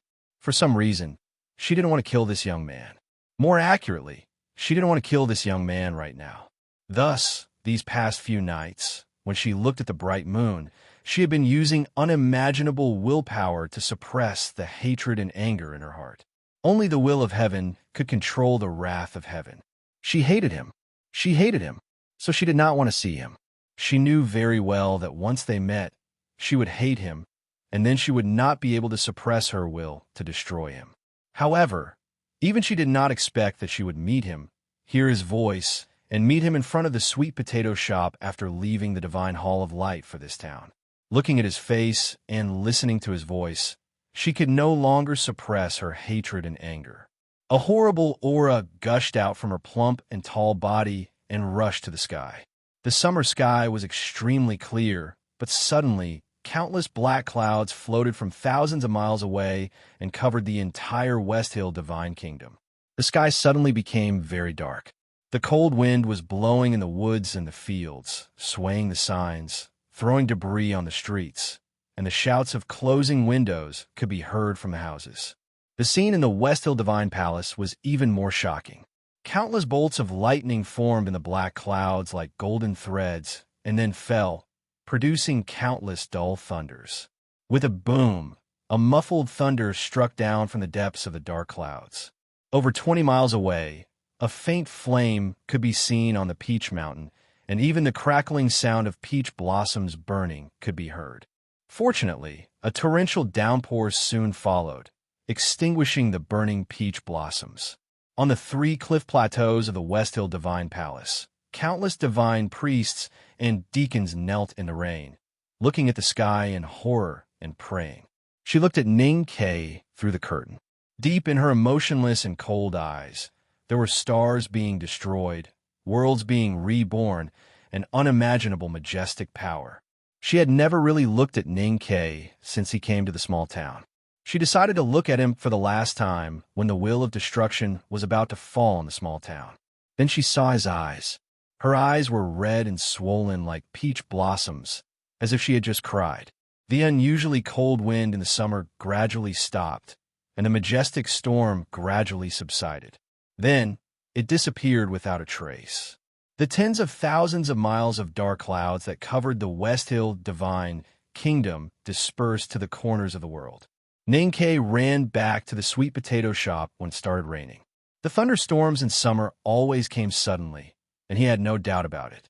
He did not even notice that there was an aura in the horse carriage that shot up to the sky. After the headmaster of the academy left the human world, no one could feel such a level of aura. Weak and incompetent human beings. Sang Sang looked at his red eyes through the curtain and said emotionlessly. Then, she continued to eat the sweet potato in her hand and did not look at him again, as if they had never met. Ninkei looked at the carriage that was moving further and further away in the rain. He did not know why he felt a little depressed. He looked at the back wall of the carriage that was drenched by the rain and vaguely saw the back of a tall and fat woman. He frowned and said with disgust, "Why is the girl in the carriage as fat as a pig?" The old man said, "Gossiping behind people's backs. I don't know how your teacher taught you." Ninkei did not answer until the horse carriage disappeared from his sight. Then he said, "She did not respond even after all this. It seems that she really did not hear it. She should be an ordinary person." The old man put down his cup and said with emotion, "So that's what you were thinking. When did the people from the academy become so cunning?" Ninkei walked into the shop and took out the iron cutlass and iron arrows that he put here before entering the divine hall. He said to the old man with a smile, "I am not as capable as my teacher and uncle. Of course, I have to be careful." The old man said, "Of course. When the headmaster of the academy came to the Peach Mountain, my father and I baked sweet potatoes for him here. He came back before they were cooked. How can you compare?" The West Hill Divine Kingdom was a place favored by Hao Yin. The 4 seasons were distinct and warm, and there had never been any natural disasters. The Peach Mountain, where the Divine Hall was located, was even more so. Even without the lightning-proof tactical array in the Divine Halls, there had been no lightning for thousands of years. That was why the thunderstorm today shocked many people. Except for the hierarch of the Divine Hall who had vaguely guessed the truth, the rest of the divine priests and deacons all knelt on the wet cliff platform and kept praying to the sky, begging Hao Yin to forgive their sins. The 3 cliff platforms were full of people kneeling, but still, no one could see the ordinary horse carriage slowly driving up the Peach Mountain, and no one could see Sang Sang and the 2 girls in white walking into the Divine Hall of Light. She stood in front of the cliff behind the Divine Hall, looking at the smallest raindrops that had turned into mist under her feet. She was silent as she thought of the man she saw in the small town. The gate of Hao Yin's divine kingdom was destroyed. She could not go back for the time being and could only stay in the human world. It was natural for her to hate humans, especially that man. However, only she knew that there should not be any emotional connection between Hao Yin and humans. There should not be love or hate. Once she started to hate humans, it meant that she began to have human emotions, just like when she looked at the table full of dishes in the capital of the Kingdom of Song and that immortal couple. She hated this kind of hate. She could predict everything in the world, but she could not predict her own future. Just like today in the small town, she did not know that she would meet him. But if she did not want to, how could she meet him? In a sense, Ninkei's eyes were pierced by the cliff array, which saved his life in front of the sweet potato shop in the small town. But he did not know it himself. After returning from the small town to the Revelation Institute, he continued to search for information, trying to find a way to break the cliff array. He was now basically sure that the stone window between the clouds and the precipice was the legendary U prison. It was a place the West Hill Divine Palace used to lock up felons and traitors. For countless years, no one had been able to escape except for Song Song's teacher, Wei Guoming. According to the information he found in a book, the U prison had been set up by the previous powerhouses of the Divine Hall, and one of them was the eye-piercing that he had once felt. The precipice he cared about had nothing to do with the U prison. There was no one in the U prison who was worth his risk to save. The place he wanted to go was above the precipice. He wanted to go to the Divine Hall of Judgment at the top of Peach Mountain. Of course, this was only his last resort. The first place he wanted to go was the stables of the West Hill Divine Palace, which was on the third cliff plateau. To go up Peach Mountain, he had to go through the mountain path and 3 cliff plateaus. Ning-Ke did not think that he could go straight to the West Hill Divine Palace with his current state. After all, he was not the youngest uncle or his teacher. If he really dared to do so, he believed that he would die in less than half an hour. Therefore, he could not go the usual way but the dead end. Late at night, Ning-Ke walked into the peach blossom forest. Even in the dark night, the thousands of peach trees in a mountain were still blooming pink and white. It was very beautiful. The peach trees that were struck by lightning a few days ago had already been removed by the deacons of the Divine Hall. They had returned to their original state. He walked among the peach blossoms, feeling a little strange. The peach blossoms all over the mountain were also a very terrifying tactical array, even more powerful than those on the precipice. Even a real powerhouse who had broken through the 5 states would find it very difficult to pass through the peach blossoms. Therefore, the Divine Hall did not need to set up any defensive power here. But for him, it was so easy to pass through because the peach blossoms were planted by her. Every time he thought of this, he felt that things like fate were really hard to describe. When he came to the edge of the cliff, he did not look at the precipice, but jumped to the opposite side without hesitation. The 2 precipices were dozens of feet apart. Even the most powerful cultivators would see it as a natural moat. But for the powerhouses of the Devil's Doctrine and the cultivators at the peak of martial arts, it was just a shallow ditch. Ning-Ke's great spirit had almost reached the advanced level. Except for third sister Yulian, Tang, and the Abbey Dean before he was injured, no one else could be stronger and more powerful than him. He did not need to run, nor did he use any strength. He bent his knees slightly, and the pond-like great spirit in his abdomen was suddenly sent to all parts of his body. Then he rushed to the opposite precipice. The night wind whistled and slapped his body as if slapping a stone. In the blink of an eye, he came to the opposite precipice. His hands suddenly became soft and stuck to the precipice like cotton. Under his feet was a bottomless abyss, surrounded by clouds and mist, which looked even more gloomy and terrifying. The eye-catching tactical array on the precipice could not only block peeping eyes, but also the slightest fluctuation of a cultivator's psyche power. It was even more sensitive to the chi of heaven and earth hidden in the body of the Devil's Doctrine. In the moment before Ning-Ke fell to the precipice, he withdrew most of the Great Spirit back to the pond in his abdomen, and used the remaining Great Spirit to cover his snow mountain and ocean of chi. To avoid triggering the tactical array on the precipice, he did not dare to use talismans. In other words, he completely relied on his own strength to climb the precipice. He was now an ordinary person, but even so, it was still not enough. Although he closed his eyes, the precipice seemed to think that he was looking. He felt a sharp pain in his eyes, and his hands that were grabbing the cliff stone suddenly loosened. There were cliff climbing in the Qing dynasty among the guests and also at night. Of course, he would not fall down, because neither the bottomless abyss nor the landmine tactical array had anything to do with Ning Quebec. To be continued. If you like this work, please come a Chidian. Come to vote for me. Your support is my greatest motivation. Chapter 857. First, about the character contest. I didn't want to waste your energy, so I didn't open the character contest. Later, I heard that many readers wanted to play it, and it was really free. So last night, I made 3 characters, all female characters. The best actress, Sang Sang, and the 2 best supporting actresses, Shan Shan and Yi Hong Yu. If you're interested, you can vote for them. Please look at the homepage of Chidian or the related posts in the book review section. If you want to vote, I strongly recommend Sang Sang, because I'm a fan of Sang Sang. Also, if you're a fan of Shan Shan or Hong Yu, I will respect your opinion. I'm just trying to get votes for Sang Sang. By the way, I said I won't get votes for monthly votes, but can I get votes for recommendations? As for the book review competition, there were already many excellent book reviews, but my announcement was delayed until now. I was so lazy that it made people's hair stand on end. The official announcement is as follows.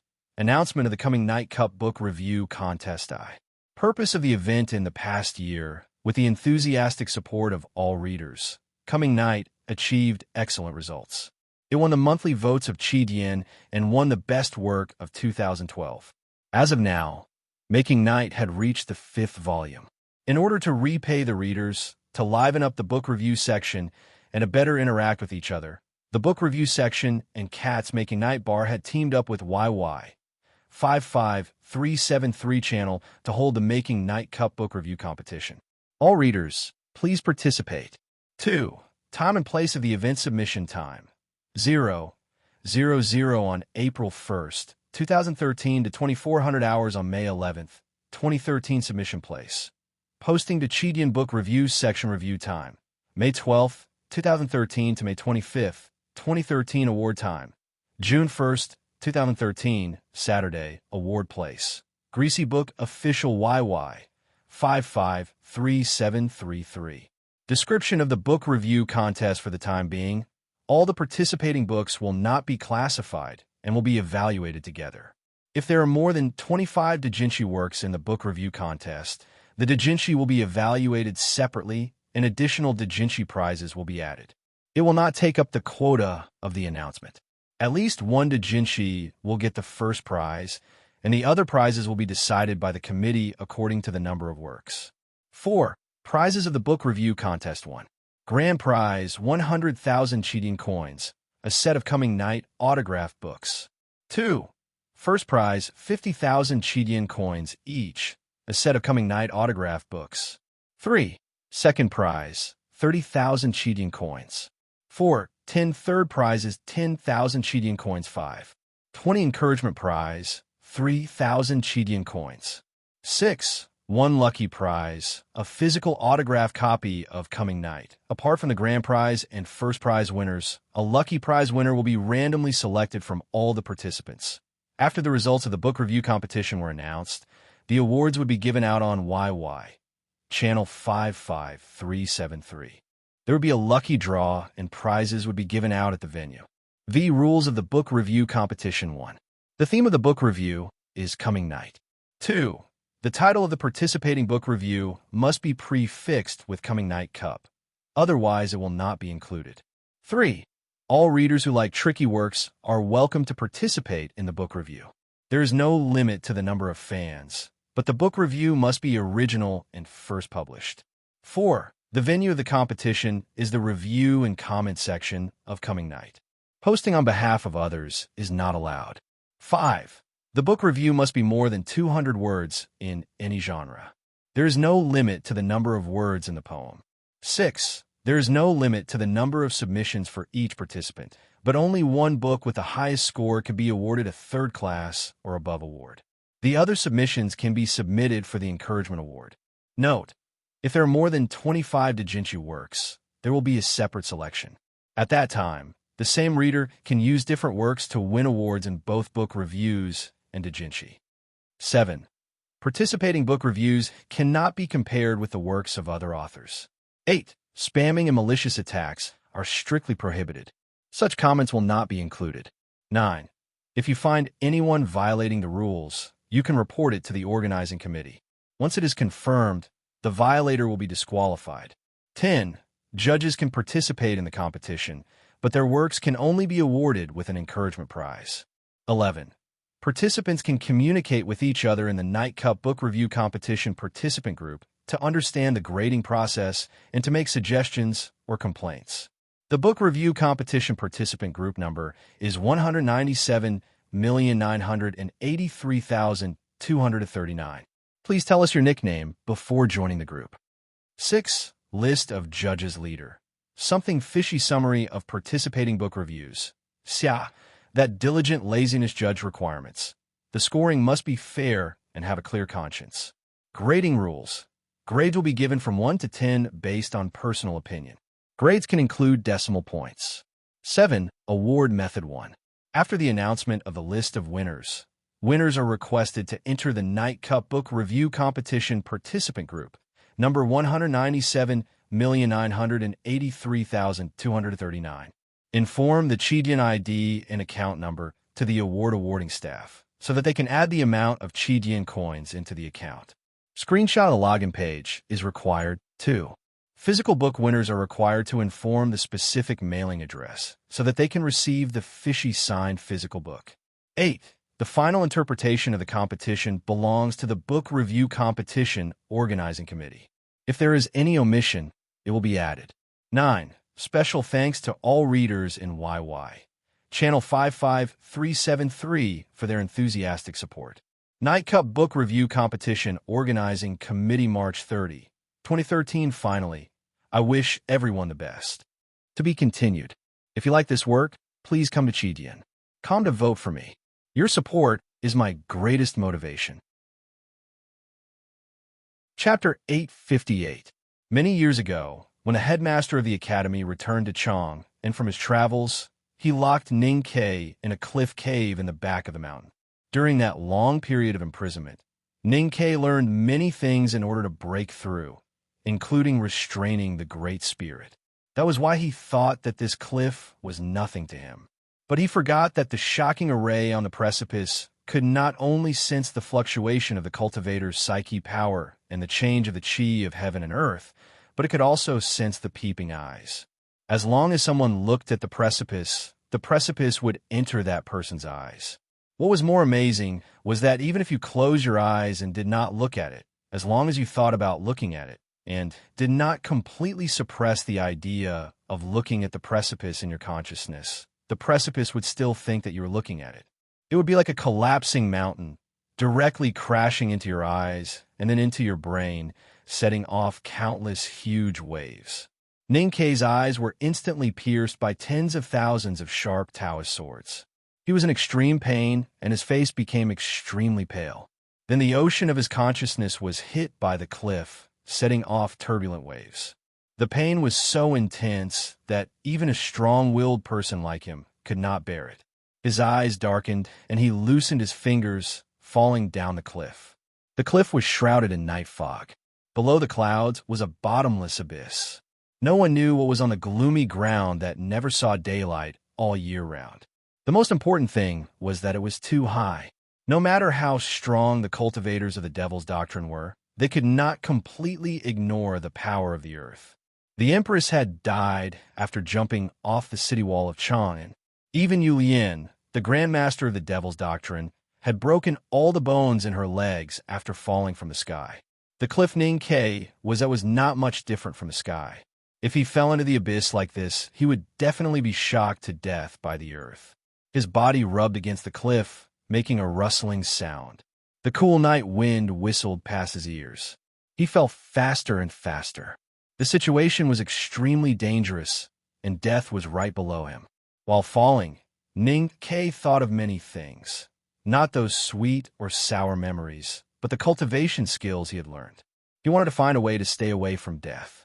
However, the cultivation methods of the Academy and the Devil's Doctrine required him to use his psyche.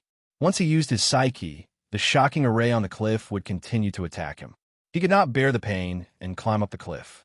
How could he not be moved, but still act accordingly? No matter how he looked at it, this seemed impossible. How could he control his body without thinking? In any case, his eyes still hurt even with his eyes closed, so he simply opened them. If he was really going to die, he would watch the world die. He stared at the rapidly ascending cliff in front of him. He did not feel any despair in his heart. Instead, he laughed at himself because of the arrival of death. The surface of the precipice wasn't smooth, but it didn't have many cracks either. As he passed by at high speed, the lines gradually turned into blurry blocks of color, as if they were about to flutter in the night wind. Ning Ke felt that he had seen such a scene before. The clothes swaying in the breeze and the soft lines were also carved on the stone. He remembered that they were the stone statues of venerables in the temple under the Wanyan Tower in Chang'an. There were also the stone statues of venerables in the side hall of the Lang Temple. His eyes brightened slightly, and his hands that had been pressed against the cliff suddenly became gentler. It was not the gentleness of before, but a gentleness that was close to nothingness. As he fell, in the whistling night wind, he suddenly put his hands together. His right index finger bent slightly in the air, and his left index finger fell on the back of his right palm, forming a mudra. Such a gentle pair of hands. Looking at the shape of his hands, could not grasp the madrah on the cliff, but it produced an extremely magical effect. His falling momentum suddenly stopped, and he suddenly stopped between the precipices. It seemed like a long time had passed, but in fact it was only a moment. He slid down more than 100 feet along the precipice, and his feet seemed to step on the clouds that covered the stone windows. Years ago in the Lang Temple, he had watched the stone statues of venerables for a night in the autumn rain and understood the Buddhist sect's 4 emblematic gestures of fearlessness, dhyana, exorcism, and dispelling thoughts. After that, he had used it several times when fighting against the powerhouses of the Buddhism sect, because compared to the Great Spirit and the primordial 13 arrows, the emblematic gestures of the Buddhism sect were not as powerful. It was not until tonight, when he was facing the danger of life and death on the precipice, that he remembered it. His body was suspended between the precipice, and he felt that there was a very strange aura slowly swimming in the clouds below him. His sense of perception was still constantly stirring up violent waves. Without any hesitation, he closed his eyes again and, at the same time, spread out his hands that were put together. He calmed his mind, and his right hand formed the dhyana, and his right hand formed the dispelling thoughts. He gently landed on the precipice, no longer looking at anything in the world and no longer thinking about anything in the world. He completely forgot himself and heaven and earth, and only started to climb up based on the first thought that was reflected in his mind. He entered into an absolute emptiness, and had even forgotten the existence of himself and the precipice. Naturally, he did not know that he was climbing up the precipice. Like an ignorant leaf, he slowly moved up. After an unknown period of time, he finally climbed to the top of the precipice. His hands fell on the flattened ground and automatically dissipated. He opened his eyes and found himself standing on the cliff plateau. Looking back at the gloomy abyss, his calm face gradually turned pale, and his clothes were suddenly soaked in cold sweat. He had encountered countless dangers and tests of life and death in his life, but today's encounter on the precipice of Peach Mountain still terrified him. The process of climbing the precipice seemed simple, and he did not even have any memory of it in his consciousness. However, if he had not learned from the Buddhism sect and the Devil's Doctrine, he would have fallen to his death. It could even be said that if it were any other powerhouse in the knowing destiny state, he would definitely fall to his death under this precipice. He paid enough attention to the divine halls of West Hill and thought that he had made sufficient preparations. However, when he entered Peach Mountain, he realized that he had underestimated the 10,000 years of Taoism. This was the lowest cliff plateau of Peach Mountain, where ordinary divine priests, deacons, and cavalrymen of the divine halls of West Hill lived. The warhorses' stables were also here. Under the cover of the night, Ning Ke came to the side of the stables. He did not release his psyche power to frighten the awakened warhorses. Instead, he did what he did to the big black horse years ago. He did not hide the bloody aura of killing countless horses, so that the warhorses did not dare to make any sound. He stood on the east side of the stables, because the imperial court spies in the divine halls of West Hill had found a small pot of leftover porridge here. If they wanted to find that idiot, they could only wait here. After a long time, there was still no sound. The awakened warhorses chewed the night grass and looked at him confusedly, wondering who he was waiting for. Ninkei was not anxious. He stood in the stables and waited quietly until the clouds gradually dispersed, the moonlight fell, and the morning light appeared on the horizon. Then he was sure that he would not be able to wait for that night. He rubbed some dirt on his neck and sprinkled it into the straw on the east side of the stables. Then, under the disgusted gaze of the warhorses, he walked to the cliff plateau. Before the first light fell on the divine halls, he made the emblematic gesture of Buddhism and went back to the clouds along the precipice, back to the peach blossoms all over the mountain. That night, he continued his adventure of climbing the precipice. He also waited at the stables for a whole night, but still did not see the idiot. He went again the next night, but was still disappointed. He was still disappointed on the third night. By the fourth night, he had become very familiar with the shocking array on the precipice, and his mastery of the emblematic gesture of Buddhism had become more exquisite. The night journey that used to be extremely dangerous had now become a very common process. Therefore, when he walked to the east side of the stables, he even had the mood to gently hum a few songs. It was the song that the old man from the sweet potato shop in the small town hummed. Then he saw a big black horse on the pile of straw on the east side of the stables, its four hooves in the air, and its back kept rubbing against the straw. It looked extremely funny, and he laughed. The big black horse smelled a familiar smell. It rolled on the ground and stood up. It looked over vigilantly, and its eyes suddenly widened. It was so stiff that it seemed to have forgotten which hoof to step first. Ning Ke walked over, hugged its neck, stroked its mane, and patted it hard. The big black horse opened its mouth, rolled its thick lips, and bumped his head. Ning Ke let go of his hand and brushed the straw off its back. He said, "Where did you learn these dirty habits?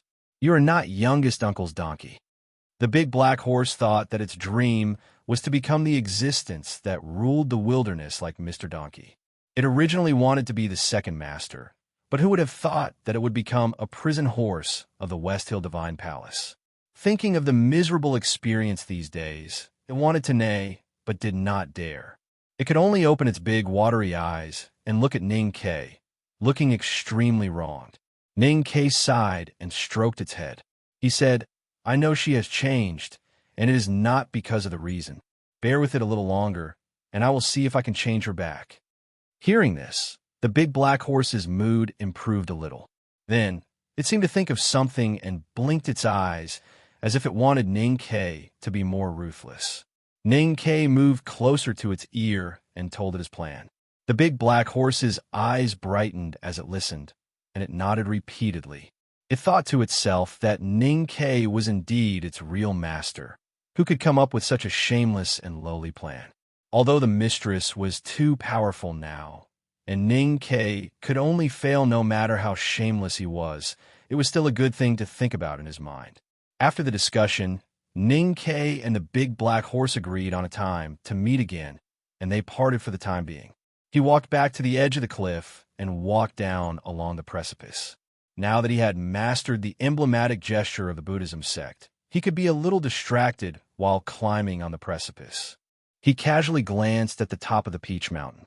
This glance contained the Zen meaning of go chanting, so he was not worried that it would trigger the tactical array of the precipice. However, he forgot to go chanting, and there was a second explanation, not the kind of explanation of go chanting. So when his gaze fell on the dark divine hall of light on the peak, he could not suppress his longing for someone. There was nothing there, but he felt that he saw her. At the same time, he felt a gaze fall on him.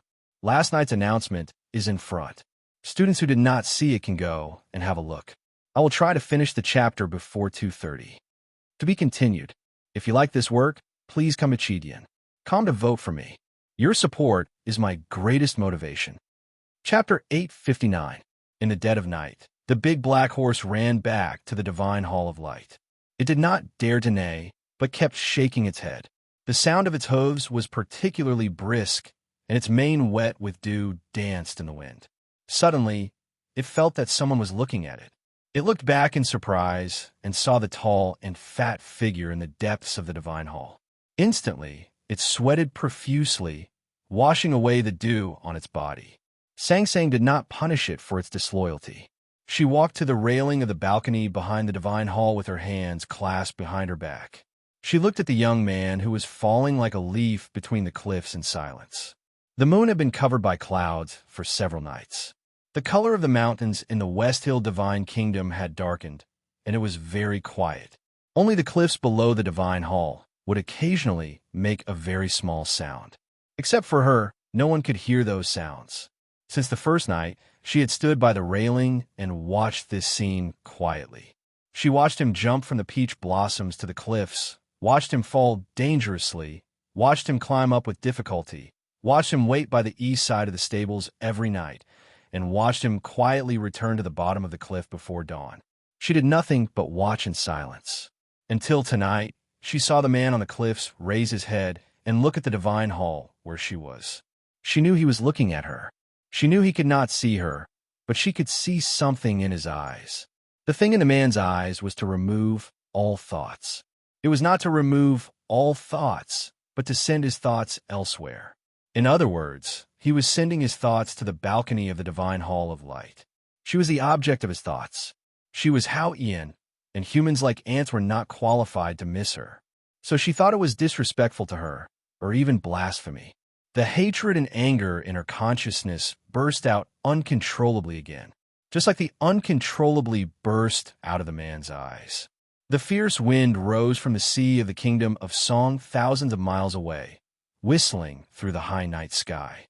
The night clouds above the divine kingdom were shaken and uneasy, like cotton under a rope, as if they could be torn apart at any time. The peach blossoms in the mountains and fields shivered, and tens of thousands of petals were blown off by the wind.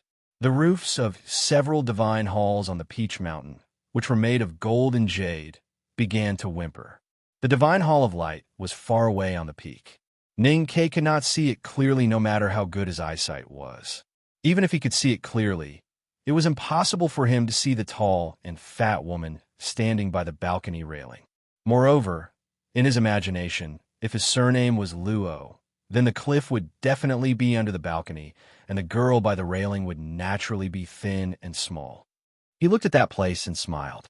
He withdrew all his thoughts and confusion about his unknown fate into the depths of his sea of consciousness. He calmed his mind and continued to walk down the precipice. At this moment, a wild gust of wind howled from the sky and landed heavily on his body with the stench of seawater. He felt a thick, damp coldness on his face. When it merged with the gaze he had faintly sensed earlier, it immediately destroyed the Diana state he had maintained. Without the state of Diana, Ning Ke's emblematic gesture naturally dispersed. What was even more terrifying was that no matter how calm he was in danger, even if he re-entered the state of Diana, his hands could not form emblematic gestures again. The night wind was too cold and too strong. It howled around his body violently. Every time he tried to form emblematic gestures, it would blow away his emblematic gesture. The emblematic gesture of the Buddhism sect could no longer be used. Ninkei no longer had any connection with the precipice. He was blown into the abyss by the strong wind. At this moment, he was more like a stone than a fallen leaf. The fall this time was even more terrifying than the fall on the first night. In just a breath's time, he had fallen thousands of feet between the precipice, and his speed became faster and faster. He fell into the deep night fog. Hao Ian no longer cared for him. In the next moment, he might be shaken out of the precipice by the precipice. Without any place to hold on to, he would directly break through the fog and fall to his death. In the face of desperation, Ning Ke made the toughest and quickest response. With a muffled groan, the great spirit in his body was released without hesitation. His hands suddenly stretched forward like two sharp knives, stabbing into the hard cliff wall. Two cracking sounds could be heard. His arm, which was as hard as iron, had cut a hole about 20 feet long in the cliff. Finally, he stopped falling and stopped on the precipice. He did not get rid of the desperate situation. Although he was holding onto the precipice tightly, he could no longer maintain the state of Buddhism sex Diana. The shocking array on the precipice began to attack his eyes and sense of perception. He could only endure the sharp pain in his eyes and the huge waves in his sense of perception, desperately clinging to the cold precipice. Something even stranger happened. The forces that he had once sensed in the clouds and fog on the precipice swam over like snakes. In a very short period of time, they densely covered the surface of his body.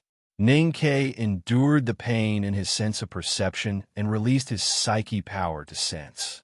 However, he could not identify what those wisps of power were. When he looked with his naked eyes, he found that they were just wisps of fog.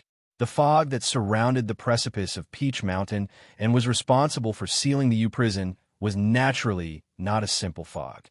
Those wisps of fog strangely seeped into his clothes and then continued to seep into his body.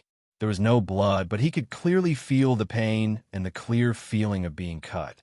As the wisps of fog invaded, he felt as if he was being cut by countless sharp knives. At this moment, Ning Ke's respect for the Abbey Dean in the Battle of Chong had reached its peak.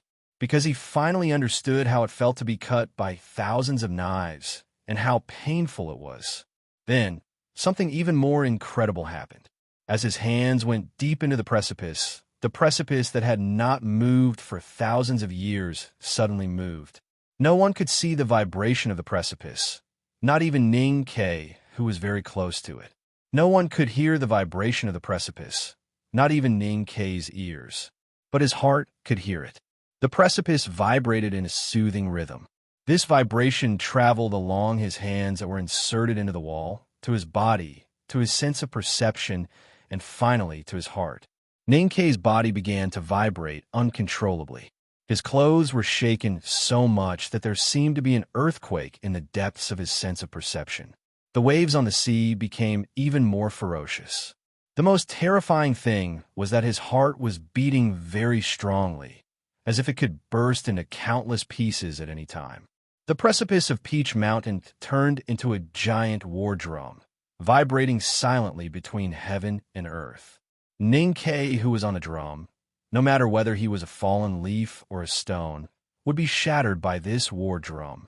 There were two big tactical arrays on the precipice where the U prison was located. One was called dazzling, and the other was shocking. When they were combined, it would be shocking to the eye, and it could kill all enemies who came to it. At this moment, Ning Ke felt as if there were tens of thousands of swords stabbing in his eyes, and tens of thousands of drums beating in his body. His heart could be broken at any time. If it were not for the experience of the past few nights, he would not have been able to hold on until now. If it were not for the fact that his body was as hard as iron and stone, he would have vomited blood and died. Even so, his face became abnormally pale, and the pain was indescribable. What really made him feel unbearable was the night fog that lingered around his body. The night fog was not condensed by the chi of heaven and earth, but was refined by Haotian Taoism with the resentment of countless prisoners who died unjustly in the U prison over the past tens of thousands of years into the tactical array that guarded the U prison. Many of the prisoners who were qualified to be imprisoned in the U prison were powerhouses with great divine sense. Their psyche power was extremely strong when they were alive, and their resentment was terrifying.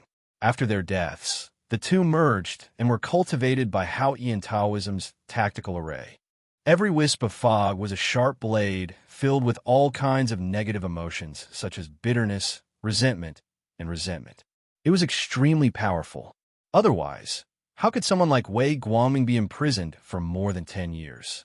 No matter how strong Ning Ke's willpower was, he could barely hold on under the shocking pain, but he could not withstand the cutting of these thousands of blades of evil aura. After all, he was not the invincible Abidine. His heart beat faster and faster, and the precipice in front of him became more and more blurry. More and more blood flowed from the corner of his mouth. His consciousness became more and more blurred, but the pain was still so clear. He could not hold on any longer. Just as he was about to pull his hands out from the precipice and escape from this terrifying precipice and cloud at the cost of his life, a ray of light suddenly appeared in front of his eyes. He thought that he was hallucinating, but the next moment he found that it was not. The cold and dark precipice in front of him really became bright. The night clouds above Peach Mountain were blown away by the hurricane from the storm sea thousands of miles away, revealing the full moon. The silver moonlight shone on the mountains, on the precipice, and on him. On the edge of the balcony of the Divine Hall of Light, Sang Sang looked at the bright moon in the night sky with her hands behind her back. Her ordinary face looked a little pale, perhaps due to weakness or other reasons. The moonlight did not have any heat, but when it shone on Ning Ke, he felt warmth seeping into his body from the surface of his skin. Even his wildly beating heart became much calmer. The clouds around the precipice were dispersed by the moonlight. He took advantage of this fleeting opportunity to calm down and re-enter the state of Diana. His right hand formed the Taoist emblematic gesture, and he was ready to leave. At this moment, he suddenly saw the stone window on the precipice beside him. He had seen this stone window on the opposite precipice that day, but the precipice was shrouded in clouds from time to time, and there was a tactical array to hide it, so he did not observe it carefully. At this moment, the clouds were dispersed by the moonlight, and he re-entered the state of Diana. He saw the stone window and the person in it. At this moment, Ning Ke should have left this terrifying precipice as soon as possible. But looking at the stone window, he knew that he could not leave. Because the person in the stone window was a young fat man. Perhaps it was because the food in the U prison was good that the person's cheeks, which had become thinner, became round again. He looked at Ning Ke outside the stone window and was so shocked that he could not speak. His eyes were still so clean, and his expression was still so amiable. When he was shocked, he was still the same as before, and his mouth was so big that it could swallow Tang Xiaotong's fist. About the role contest. I don't know why Yi Hongyu was placed as the best actor. I will go and ask tomorrow.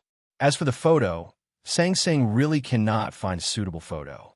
Now, I have written Sang Sang according to AI Xiaoqi.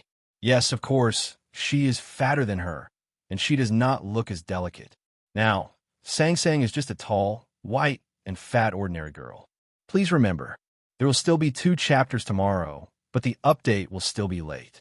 Please vote for me. To be continued. If you like this work, please come to vote for me. Your support is my greatest motivation. Chapter 860. Ning Ke would never have imagined that he would see Chen Pippi's annoying face in the precipice. He and his senior brothers and sisters in the academy all thought that Chen Pippi had brought the Abbey Dean back to the Jishou Abbey. They would never have imagined that he would be locked up in the precipice and become a prisoner in a U prison of the West Hill Divine Palace.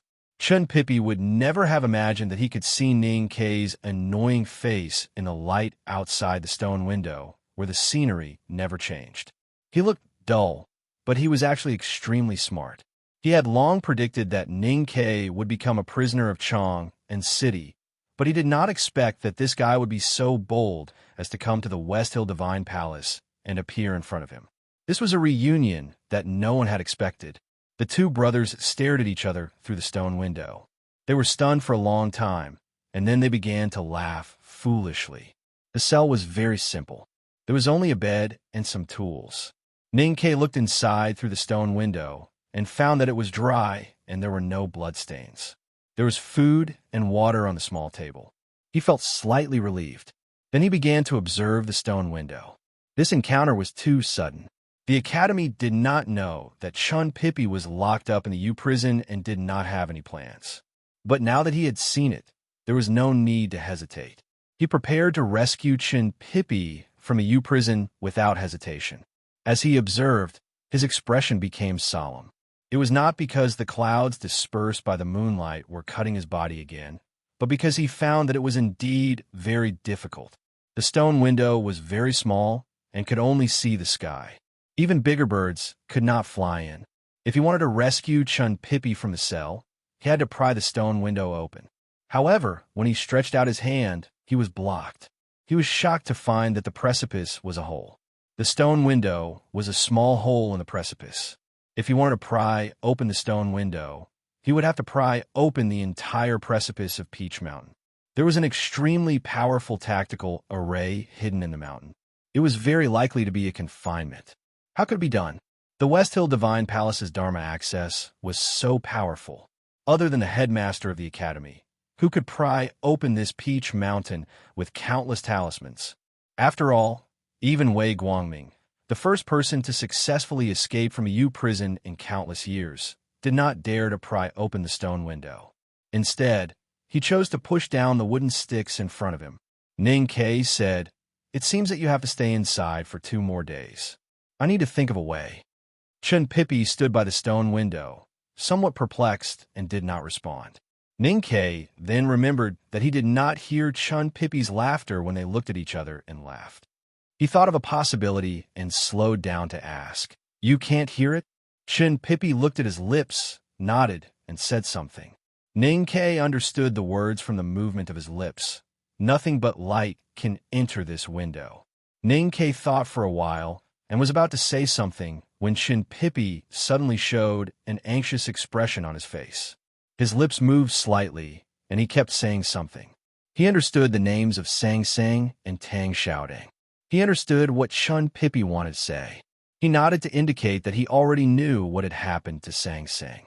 Then he told him that Tang Xiaodang was at the back of the mountain of the academy and that there was no need to worry. The moonlight fell from the night sky, falling on the precipice and on Ning, Quebec. Some rays of light passed through the narrow stone window and fell on Chun Pippi's face. The two talked silently. "Wait for me to get you out," Ning Ke said while looking at Chun Pippi's eyes. He spoke very slowly, and his pronunciation was very accurate. He made sure that Chun Pippi could understand every word he said and feel his determination. Chun Pippi looked at him quietly and suddenly laughed and shook his head. Ning Ke looked at the smile on his face and slowly stuck out his middle finger. He said, "You are now a prisoner. You have no choice but to wait passively for me to save you." After saying this, he looked at his middle finger bathed in the moonlight. He was puzzled. How could he be so safe on the precipice with only the emblematic gesture of meditation left on his left hand? In the moonlight, Ning Ke reached out to the stone window and triggered the inhibition of the U prison. The divine halls of West Hill knew that someone had approached the U prison and began to be vigilant. The black-robed deacons of the judicial department were everywhere on the 3 cliff plateaus of Peach Mountain. But no one had found the Revelation Institute at the foot of the mountain.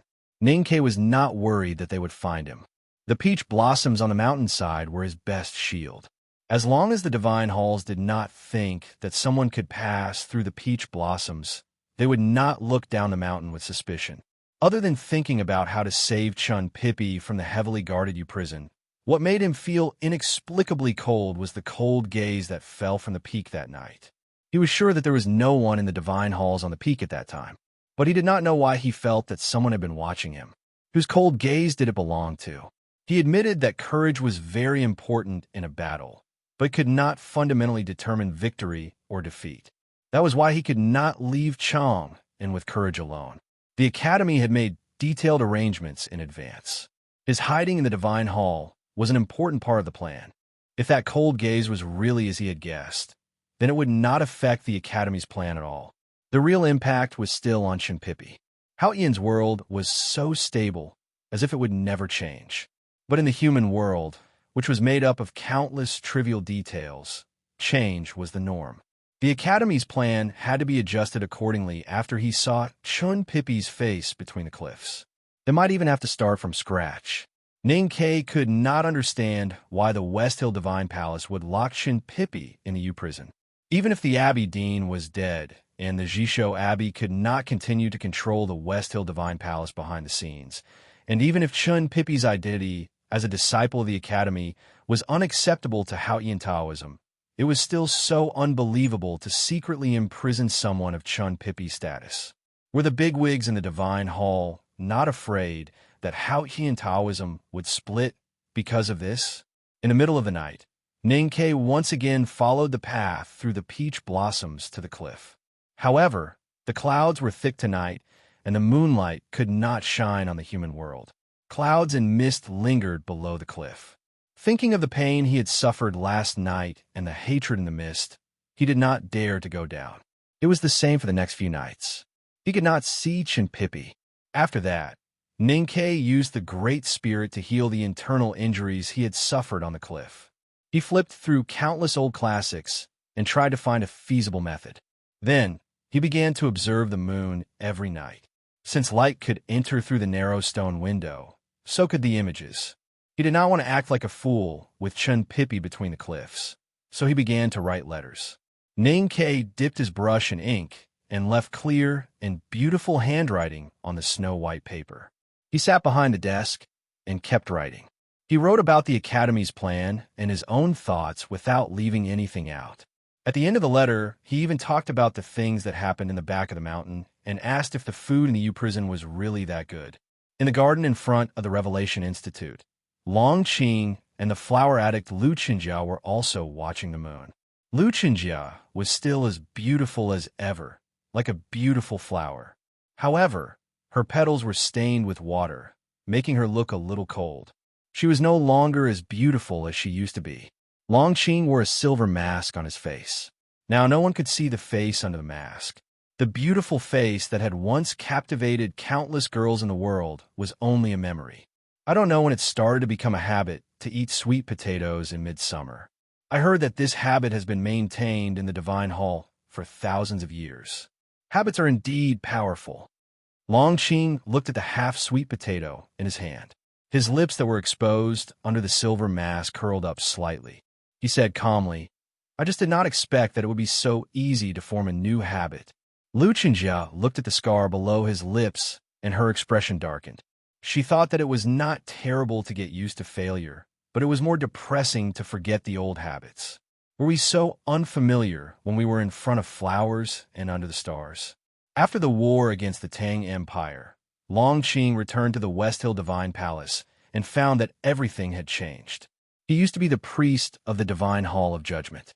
However, the person sitting on the seat of heavenly black jade was Yi Hongyu. How could he return to the Divine Hall of Judgment? Moreover, he had been convicted of apostasy. Although the Abbey Dean had cleared his name, many people in the Divine Hall looked at him with mixed feelings after the Abbey Dean's crushing defeat in Chang. The West Hill Divine Palace had suffered heavy losses in this war. As a powerhouse in the Upper Knowing Destiny state, he should have been more respected. With his seniority and state in Haotian Taoism, even Yi Hongyu and his past crimes could not affect his position. He believed that no one would object if he were to directly take over as the great divine priest of revelation. However, everyone knew that he had encountered the black wind in the south of Chang'an. His proud state had been shattered by the blade intent in the wind, and he was still badly injured when he returned to the Divine Hall. No one believed that he could climb back up from the abyss of despair and return to the peak like he did after he was crippled by Ning Quebec. Just as Lu Qinjia had thought, failure was not scary. However, how could he withstand such a heavy blow when he had been defeated so many times that it had become a habit? If the new emperor of the Yin Kingdom, Chongming, had not sent a lot of benefits to the Divine Hall and had firmly expressed his support for him, and if he had not controlled the tens of thousands of elite cavalries in the eastern wilderness, he might not even be able to keep his position as the Minister of Offerings in the Revelation Institute, let alone the great divine priest of revelation. I'm not talking about getting used to losing to Ning, Quebec. I'm talking about everyone in the Divine Hall. They have only used half a year to get used to the moon above their heads. Longqing looked at the moon that had broken through the thick clouds in the night sky and said, the peach blossoms that had not bloomed for decades suddenly bloomed again this year and have not withered since. People have actually gotten used to such a magical thing. No one has ever looked at the mountain full of peach blossoms and asked why. His gaze fell on the Divine Hall of Light on the peak and said, I want to ask. There's one more chapter. Try to finish it before 3:30. To be continued. If you like this work, please come Chidian. Come to vote for me. Your support is my greatest motivation.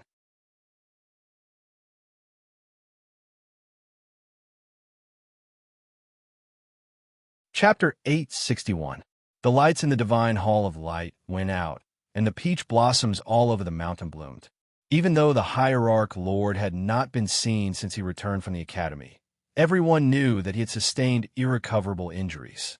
However, on the day the peach blossoms bloomed, the Hierarch's sacred sedan reappeared. Everyone looked at the shining figure behind the veil and realized that his injuries had all healed. He was even more powerful than before. Since spring, many changes had taken place in the West Hill Divine Palace. However, no one seemed to have noticed it. Some people could not sense such changes, while others did not dare to. These things can only be guessed, but cannot be guessed. That is why the process has become interesting. The people in the Divine Hall are all smart, truly smart. That is why they will not die, because they are smart. Longqing looked at Lu Qinjia and said, some things can be guessed, and I want to confirm it. I need to go to the U prison. Now that the Divine Hall of Judgment has their eyes on me, and Yi Hongyu has killed all my people, I have no chance. However, you are different. I want to ask you for help. His expression and tone were much gentler than before. He was no longer as arrogant and cold. However, it sounded cold to Lu Qinjia's ears because there was politeness in it. What's different about me? She asked.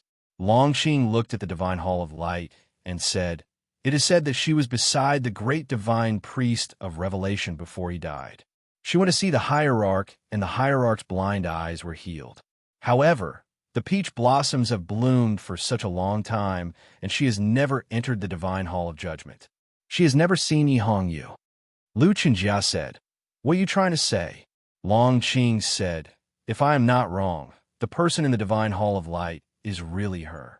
You used to have a bad relationship with Ning Ke, but now you have an advantage.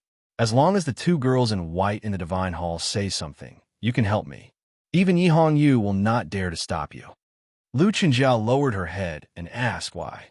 Long Qing said, "Because she knows that helping you is helping me. She will do anything that will make the academy and Ning Ke unhappy, because this is what she hates the most." Lu Chenjia said, "Why don't you go to the divine hall of light directly? Everyone knows that you are the one who hates Ning Ke the most in the human world." After a moment of silence, Long Qing said, "I dare not take the risk because she used to hate me." Lu Chenjiao looked into his eyes and said, "You just said that smart people die easily because they are smart. Mortals speculate about heaven's will. This is also a risk." Long Qing said, "There are some things that we have to do even if we die." Lu Chenjiao looked at the flowers in front of her and asked, "When?" Long Qing said, "The sooner the better, because I don't have much time." Lu Chenjia said, "I like that you are so honest with me, so I will do it. But I still don't understand why you want to enter the U prison." Long Qing said, "I want to see someone." Lu Chenjia asked why. Long Qing said, "I have been to the Jisho Abbey.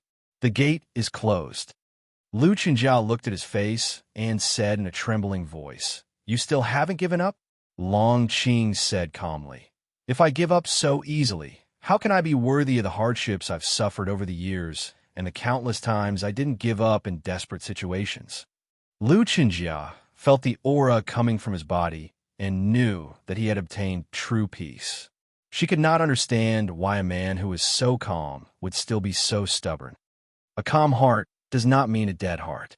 Long Qing looked at his chest under the black divine robe. There was a hole there.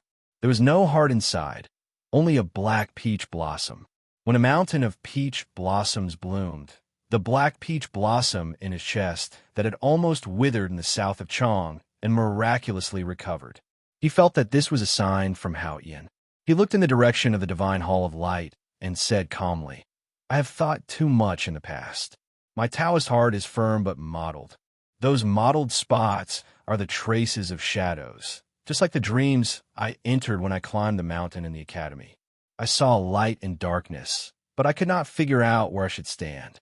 Now, I just want to heal my injuries and have a fair fight with Ning Quebec. I want to see who Hao Yin has chosen. Even if Hao Yin did not choose me, I can't not choose myself." The bright moon shone on the trees of the Revelation Institute and the peach blossoms all over the mountain. Ning Ke stood at the edge of the cliff in front of the flowers and looked at the full moon in the night sky. After confirming that there would be no clouds tonight, he jumped to the opposite cliff. He used the emblematic gesture of the Buddhism sect to stop thinking about the array intent coming from a cliff. Then he slowly loosened his right hand and grabbed the rope hanging from the cliff. The rope was very long and strong. One end of it was tied to the neck of the big black horse on the cliff platform above the precipice, while the other end was tied tightly to Ning Ke's waist on the precipice. He pulled the rope gently and sent a signal to the plateau high above. The big black horse felt the vibration from the rope and slowly walked to the edge of the cliff. Ning Ke fell down the cliff. With the moonlight, the clouds that shrouded the U prison were much lower, revealing the stone windows that looked like ant nests. Ning Ke came to the cell where Chun Pippi was and pulled the rope again. The big black horse did not continue forward. Ning Ke was worried that he would be swallowed by the clouds and fall to his death. Now that he was tied by the big black horse, he should be at ease. But looking at the clouds not far below his feet, his heart still palpitated. He did not dare to look at his feet and look directly at the stone window. Chun Pippi looked at him with a smile in the stone window. Only light could pass through the stone window. Even if someone were to use the blood-colored giant knife to chisel the stone on the cliff, the sound would not be able to enter the cell. Chun Pippi could immediately find Ning Ke outside the stone window.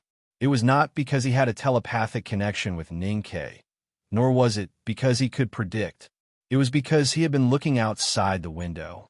To be more precise, in these few days, he ate, bathed, and farted, but he did not sleep much. He had been looking outside the stone window all the time. The deacon in the U prison thought that he had gone crazy for being locked up and was staring at the unchanging blue sky. In fact, he was just waiting for Ning Quebec. He knew that Ning K would definitely come, but he did not know when. So, he could only keep looking outside the stone window to make sure that he would not miss it. Ning K took out the letter that he had written from his chest and laid it flat in front of the stone window. Chun Pippi looked at the tiny words on the paper with the light of the oil lamp in the cell and frowned slightly. He was indeed the only genius in the academy who had 6 A+ courses. He had memorized the contents of a letter after a few casual glances. It would not be difficult for him to recite the contents of the letter. Ning K put the paper back into his chest and asked silently with a smile, "Isn't it awesome?" It was only then that Chun Pippi knew that this was the Academy's plan. He could not help but feel that it was ridiculous. But when he thought about it carefully, he felt that it was very reasonable. But in the end, he still shook his head. It had nothing to do with the Academy's plan. He just did not agree with Ning K's addition of saving him from the U prison. The more reasonable the Academy's plan was, the more he could not accept that he would disrupt it. Seeing him shake his head, Ning K did not say anything and directly raised his middle finger. Chun Pippi still shook his head and used his finger to write some words in the air. Ning K looked at these words and frowned slightly. He did not understand why he mentioned her. He stretched out his finger and wrote a dirty word in the air outside the window. Chun Pippi was a little angry and used his finger to write an even more dirty word. Ning K was not angry. The scene at this moment reminded him of the past when he had just entered the academy. He could not help but laugh at the fat man's words in the old library. Time passed so silently and disappeared without a trace. Who would have thought that after so many years, he and Chun Pippi would both come to Peach Mountain and start to communicate again inside and outside the precipice? Chun Pippi probably also remembered the past. He smiled silently and said, "The food in the U prison is really delicious. If you're interested, you can come in and try it." At this moment, he suddenly heard the sound of the door opening behind him. Then, someone walked into the cell. The smile on his face suddenly disappeared, and he raised his eyebrows at Ning K outside the window. Ning K understood and quickly moved to the side of the precipice. After ensuring that due to the angle of the light, the people in the cell could not see him outside the stone window, he looked at the cell again. When he saw the person who walked into the cell, he could not help but be a little surprised. He did not understand why this person would appear. Chun Pippi had not seen the man who walked into the cell, if he did not remember wrongly, but he recognized the silver mask, so he was also a little surprised and puzzled. "If I'm not wrong, you should be very low-key in the West Hill Divine Palace now. Why would you break the taboo to see me? And how did you know that I was locked up here? Don't tell me that you have a trusted aide in the judicial department. I know how cold-blooded and powerful that woman is." Long Qing looked at the fat man by the window and said, "You are indeed a genius of Haotian Taoism. You are locked up in the U prison, but you seem to be able to see everything that happens outside. Unfortunately, you are just a piece of trash now." Chun Pippi said, "Although I've always been good-tempered, I do have a temper. Even a blind man can see that you're not qualified to call me a piece of trash." Long Qing smiled and said, "Your snow mountain and ocean of chi have been destroyed. What else can you be if not a piece of trash?" Chun Pippi's expression did not change. He said with a smile, "Even a piece of trash like you can cultivate again after being pierced by Ning K's arrow. Do you think that I, the genius, cannot do it?" Long Qing said, "Even if you can cultivate again, you are still a piece of trash." Chun Pippi sighed and said, "It seems that you have been bullied by Ning K into a childish disease." Long Qing said, "There is indeed no need to continue such a childish conversation. You are about to be burned to death by the holy fire in the right to light. Why should I humiliate you? I still want to hear why you call me a piece of trash." Chun Pippi's expression changed slightly as he stood in front of Long Qing and said, he wanted to block this person from Ning K, who was outside the window, and not hear what he was saying. However, his action was too late. Ning-Ke heard Long Qing's words clearly. The right to light was the grandest ceremony of the West Hill Divine Palace. It definitely required the highest level of sacrifice. Until today, no one knew what the sacrifice was. Ning-Ke only knew tonight that Chun Pippi was the sacrifice for the right to light. What awaited him was the endless burning of the holiest Haotian divine light and the most complete death. This sacrifice is really expensive and heavy. Looking at Chun Pippi's broad back in the cell, Ning-Ke smiled and thought. Then he silently cursed the wife of the Grand Secretary Zheng Jing as the most shameless whore in the world. This is Chapter 27. By the way, I'll talk about the 27 cups of wine again. The original text of the 6th cup of wine was the stone path bends, and at the end there is a girl. When I was writing it, I forgot this line. Later on, when I looked at the newly written line about the mountain ghost, I found that the meaning was actually the same. I couldn't help but be somewhat stunned. After 2.5 years, the story or sentence I wanted to write still had some similarities. It was said that authors should try their best to be innovative and change when writing stories. I was indeed trying my best, but now that I thought about it, there were some parts that were really difficult to change. It was probably because I liked the story too much. What I could promise was that I would do my best to write a different plot, and I would do my best to write the details better, just like I did recently. Everyone, please continue to cast your recommendation votes. Good night and good health. To be continued. If you like this work, please come to Chidian. Come to vote for me. Your support is my greatest motivation. Chapter 862. Why do I call you trash? Long Qing did not know that Chun Pippi casually asked this question to block Ning-Ke's sight. He said, "Back then, I was regarded as the divine son of West Hill by the world. It seemed that I was highly valued, but in fact, I always knew that in the eyes of the elders in the West Hill Divine Palace, the future of Haotian Taoism was always on you. Compared to you, I'm nothing, and I believe that in your eyes, I've never existed." This sentence was very true. In the eyes of the deacons and priests of the judicial department of the West Hill Divine Palace, and in the eyes of ordinary believers, Long Qing was the most dazzling person. There were so many Haotian believers in countless Taoist temples, but only a few of them had heard of Long Qing.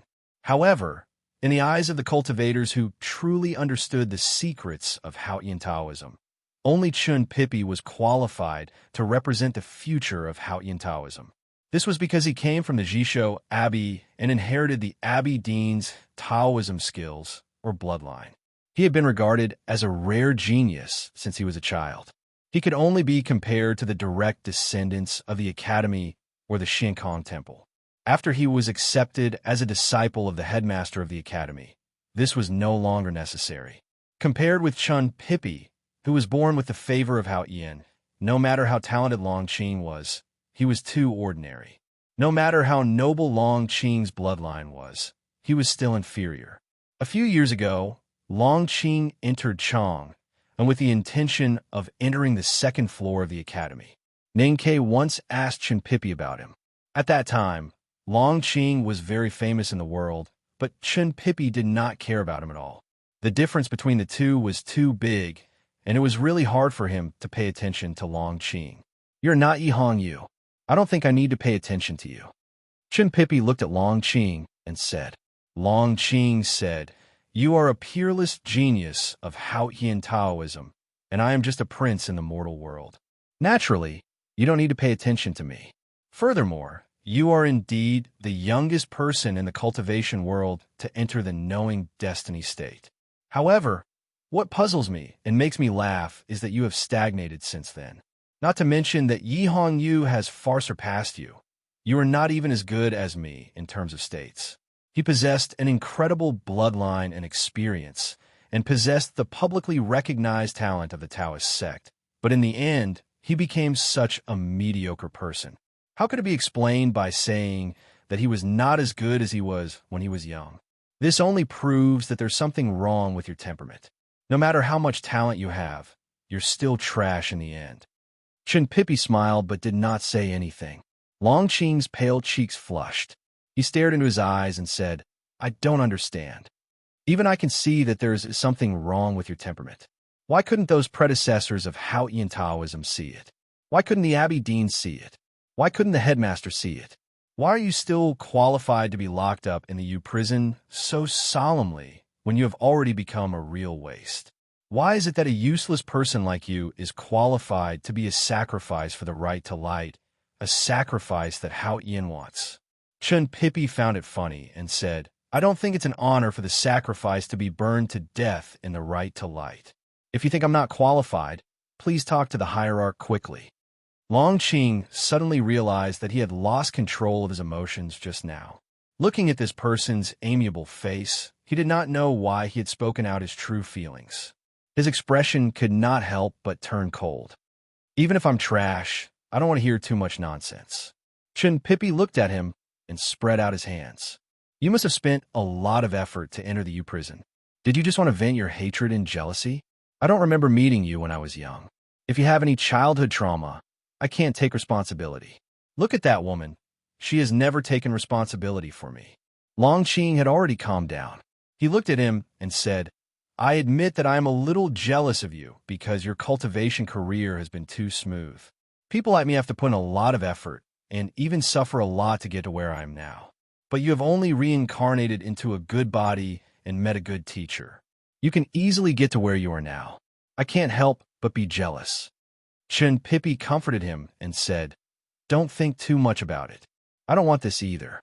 Long Qing looked at the smile on his face and raised his eyebrows slightly. He continued, Other than jealousy, I am more angry.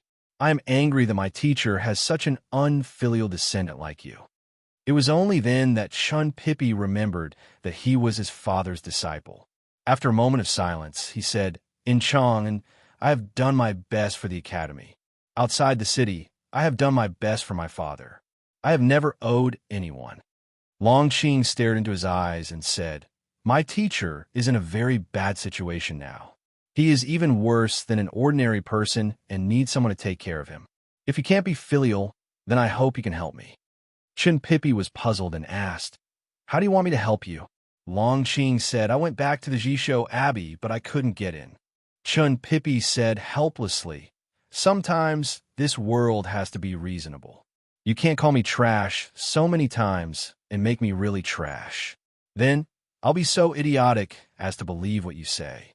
Long Qing said, My teacher needs someone to take care of him now. Chun Pippi said, He is the Abbey Dean of the Jisho Abbey. He is supported by countless countries in the human world. Why would he need someone to take care of him? Long Qing said, You know what I mean by taking care of him. Chun Pippi's eyelids drooped slightly, and he said, If Haotian does not speak, no one in Haotian Taoism would dare to disrespect the Jisho Abbey. Long Qing found that Chun Pippi was indeed very smart. Although he was inexperienced, he knew exactly what he wanted to say, as if he could see the deepest part of his heart. Long Qing could not help but be vigilant.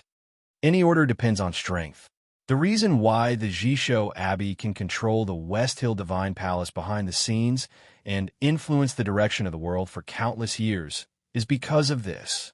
The Green Mountain Anthill was trampled by the headmaster. The strongest power in the abbey dissipated like smoke. The headmaster was seriously injured. It was extremely difficult for the Jisho Abbey to influence Haotian Taoism, not to mention control the Divine Hall. The thousands of Taoist temples and Haotian believers in the human world only knew about the West Hill Divine Palace. How would they know about the existence of Jisho Abbey? Under such circumstances, even if Haotian didn't say anything, did you think that the West Hill Divine Palace, which had been suppressed for countless years, wouldn't have some ideas? Do you think the Lord Headmaster is willing to remember the days when he was teacher's dog? If there is no one to take care of him, can the grass huts by the lake withstand the wind and rain? Long Qing looked at Chun Pippi and said honestly, I know that my current state and strength is not enough to restore the Jisho Abbey to its former glory. But whether it is my brother Chong Ming of the Yin Kingdom or the cavalry of the wilderness, they can all give me strength.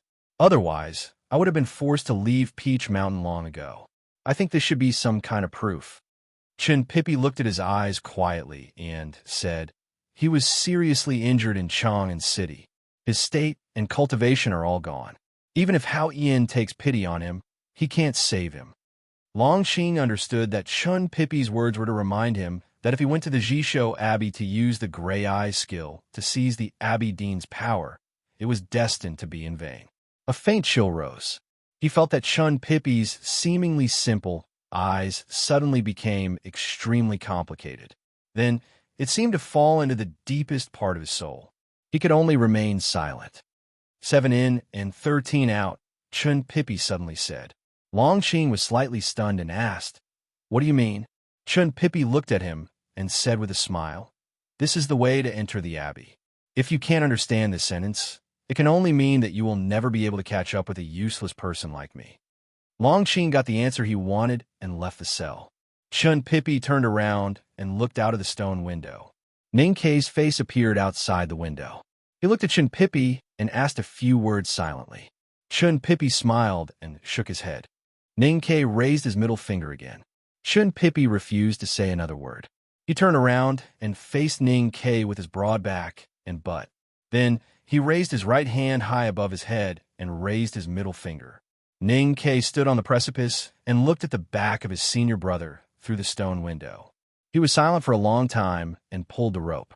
The big black horse on the cliff above felt the movement of the rope and retreated. Ning Kei followed it on the precipice and gradually separated from the stone window. The rite to light was the grandest and highest standard sacrificial ceremony of Hao Yin Taoism. It could only be held when Hao Yin sent a miracle to the human world. The human world had not seen Hao Yin's miracle for many years, so the rite to light had not been held for many years. Even the most knowledgeable priest of the Revelation Department of the West Hill Divine Palace was not very clear about the requirements and process of the sacrificial ceremony. Ning Kei had no knowledge in this area. After leaving the U prison on the precipice and returning to the Revelation Institute, he stayed in the book hall to read the classics. Finally, he found some relevant content in an extremely thick book about the ceremony and confirmed that the rite to light did require sacrifices. Those sacrifices could be a sword, a sheep, or a blade of grass. However, these sacrifices must contain the purest faith. Sometimes they were even the original objects of Hao Yin's miracle, so they were extremely rare. As time passed, the shadow of the everlasting night slowly approached. The faith in the world of Hao Yin gradually showed signs of decline. It was extremely difficult to find such a sacrifice.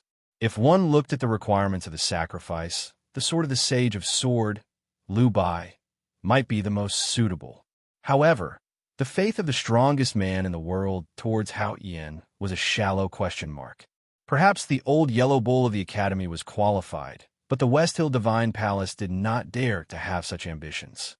Ning Kei collected a lot of information through various channels and finally confirmed that the sacrifice for the rite to light was indeed Chun Pippi. According to the secret rumors, the reason why the West Hill Divine Palace used him as a sacrifice was not only because he was a recognized genius of Hao Yin Taoism and a disciple of the second floor of the academy. The most important thing was that his father was the Abbey Dean of the Jisho Abbey. His mother was the descendant of the great divine priest of light who had left Peach Mountain for the South Sea 600 years ago and disappeared. The identity of the successor of the academy meant that he had betrayed Hao Yin. However, he had the noblest blood of Hao Yin Taoism in the world. Was there a more suitable sacrifice than such a pure traitor? Moreover, the West Hill Divine Palace thought that when the Peach Mountain was set on fire and Chun Pippi was about to be burned to ashes, could the academy turn a blind eye? Could Ning Kei continue to sit in Chong and peacefully? Ning Kei felt a chill when he imagined the fat man being burned to ashes. He looked at the divine hall of light on the peak and thought, do you really want him to die? Do you really want me to die? The plot is a bit awkward. I discussed it with my friends for a long time. Then I thought hard in the wind for a long time when I was walking the dog. I'm very happy that I have figured it out. I will resume 2 chapters tomorrow. Have a good weekend and enjoy your reading. I'm very happy now. Thank you. To be continued. If you like this work, please come to Chidian. Come to vote for me. Your support is my biggest motivation. Chapter 863. If Ning Kei who was in the Peach Mountain, could find out what the sacrifice for the right to light was, the Tang Empire, which had countless intelligence systems, naturally knew about it too, or even before him. But now he could only think about how to deal with the right to light by himself. He had basically confirmed that the news was deliberately released by the West Hill Divine Palace. The Divine Hall wanted to force the people from the Academy, especially him, out of Chang, and because the Divine Hall always thought that he was still in Chang, and which was a problem the Divine Hall could not solve. The reason why he was so angry at the Divine Hall of Light was because he was very sure that it was the woman in the Divine Hall of Light who had chosen Chenpipi. The right to light was for Hao Ian, and since Hao Ian was in the human world now, it was up to Hao Ian to decide the sacrifice. Ning Ke had mixed feelings. Many years ago, after killing Yen Suqing, he was attacked by the Vermilion Bird Talisman on the Vermilion Bird Avenue. Thanks to the protection of the big black umbrella, he did not die on the spot. If not for Chenpipi's help after escaping into the old library of the Academy and eating a precious heavenly power pill, he would not have survived. Luckily, his Snow Mountain and Ocean of Qi were rebuilt, and the loser who could not cultivate finally set foot on the road to cultivation. In other words, Chenpipi had really changed his fate. Although he did not say anything in the following days, he had never forgotten about it. He had specially told Sang Sang to remember that he owed Chenpipi his life. The reason was that he valued this matter very much and was afraid that he would forget it. So he asked Sang Sang, who never forgot important things, to remember it for him. But now it seemed that she had long forgotten about it. That night, Ning Ke sneaked down the precipice again and scolded the woman in the Divine Hall of Light by the stone window to show his firm stand on the matter of clothes and limbs. Then he took out the revised plan during the day and kept explaining to the stone window. But he had to stop after a short while.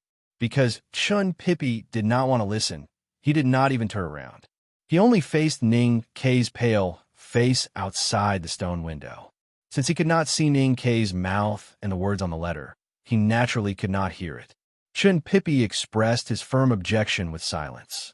His Snow Mountain and Ocean of Qi had been locked. In Long Qing's words, he had become a waste. Then why should his senior brothers and sisters at the back of the mountain of the Academy take risks for him? Why should he let his junior brother Ning Ke risk his life for him? Ning Ke looked at his broad back. After a moment of silence, he once again stuck out his middle finger and said in a hoarse voice, "Do you think it looks good to burn you into a pile of fat?" Ning Ke could use the skills of the Buddhism sect that he had learned from Master Chishan and the moonlight sprinkled by his teacher to deal with the tactical array on the precipice. However, with his current cultivation state, it was impossible to break the precipice and rescue Chenpipi from the U-prison. When Chenpipi turned around, he could not even make him listen to him. Therefore, if he did not want to see Chenpipi die, he had to choose another method.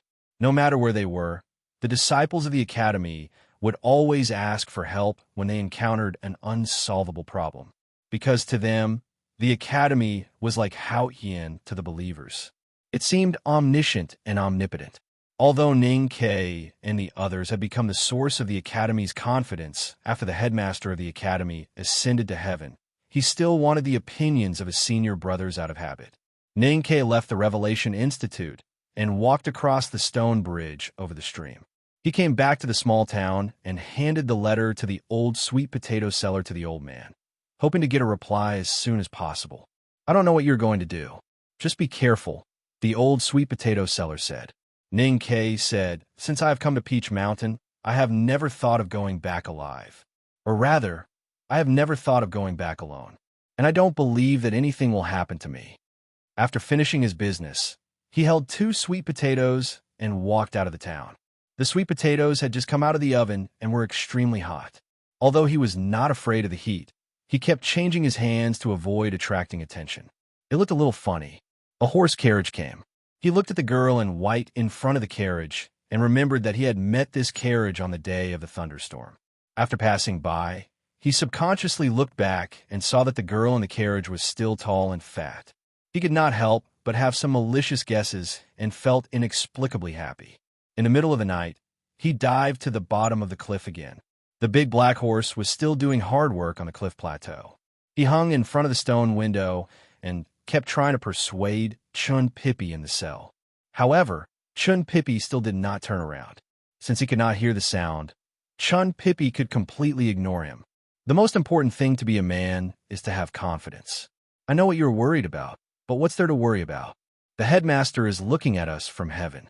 You don't even dare to try? Aren't you afraid that you will anger the old man to death? What if he is fighting with Hao Ian when he is angry and gets beaten up by Hao Ian when he is distracted? The headmaster said that you can easily enter the knowing destiny state because you are optimistic. But where is your optimism now? Is it because you are fat again that you feel inferior? Is that why you don't want to see others? You are so useless. I saw a rich girl these days. She is not married yet, but she is fatter than you, taller than second brother. She looks like she is pregnant before marriage. But how can she feel inferior at all? She wandered around the world with her maidservant all day long. She bought a lot of high-calorie food, like roasted sweet potatoes. That is a lot of them. Do you know how many there are? Even the starving people in Hebei County can be fed like pigs. But she just doesn't care at all. Look at what kind of style is that. That is confidence. Dangerous clouds and mist floated between the quiet cliffs. Ning Kei climbed the stone window like a herbalist and talked earnestly to the window. Although Chun Pippi still refused to turn around and could not hear what he said, he became more and more excited. He could not help but laugh when he thought of the fat girl. There were no traces of human beings between the cliffs for thousands of years. The West Hill Divine Palace did not have any surveillance here, so he could speak freely. Even if his voice was carried by the wind, it was even softer than the rustling of leaves when it reached the divine halls on the peak. Even the powerhouses above the 5 states could not hear it. So Ning Kei was very relieved. But he had long forgotten that the woman in the divine hall of light was not human. Sang Sang stood on the balcony behind the divine hall of light, looking at the ridiculous scene in the abyss below and listening to the ridiculous words of the ridiculous man. She frowned slightly. On the smooth floor behind her, a small pile of sweet potatoes was neatly stacked. Not far away was the leftover sweet potato skin. She was still holding a cold sweet potato in her hand. The sacred and solemn divine hall of light was now filled with wine urns, food, and sweet potatoes. Even though those things, including the garbage, were all neatly arranged and full of cold lines, they were still food. No matter how cold and tidy they were, they still had a unique taste to the human world. This was also the reason why she became extremely angry after hearing Ning Kei's words on the cliffs. In her eyes, there were countless stars being destroyed and countless seas being burned. The extremely strong willpower swept the whole world in the form of anger, as if it was going to burn everything. Different from the previous 2 times, tonight her anger did not change the color of heaven and earth, nor did it attract thousands of thunder. That was because she had learned how to control emotions. For cultivators or human beings, learning to control emotions was undoubtedly a very good thing. But for her, it was not necessarily a good thing. Because from another perspective, it meant that she had now begun to get used to the emotional things in her consciousness, which she should not have been used to. Only human beings needed such useless derivatives as emotions. She was the rule of this world. She was objective, so she was cold. She would never be happy because of external things, nor would she feel sad. When she began to constantly have feelings of hatred, anger, or other emotions, or even began to get used to these emotions, what would happen? The sweet potato in her hand had become cold, just like the world and that kind of life she was used to. She raised the sweet potato in her hand and took a bite. She found that the feeling from her lips and tongue was very uncomfortable. She knew that it was not delicious. After all, sweet potatoes were only delicious when they were hot. She looked at the bright moon in the night sky, silent as usual. Her slender eyes slightly squinted, like willow leaves that were folded by the wind by the Yeming Lake. She was Hao Ian who was left in the human world. Her aura gradually became turbid. She wanted to return to the world she was familiar with and live the life she was familiar with. However, the door of the divine kingdom had been destroyed and blocked by the bright moon. It blocked her way back, and now she could not open the passage by herself. The West Hill Divine Palace held the right to light to try to open the way for her to return to the divine kingdom of Haotian. The reason why they chose Chun Pippi was that his blood was the purest and contained the most devout faith to her for countless generations. Moreover, he was the most beloved student of the bright moon. She looked at the bright moon and imagined what she would do after returning to the divine kingdom.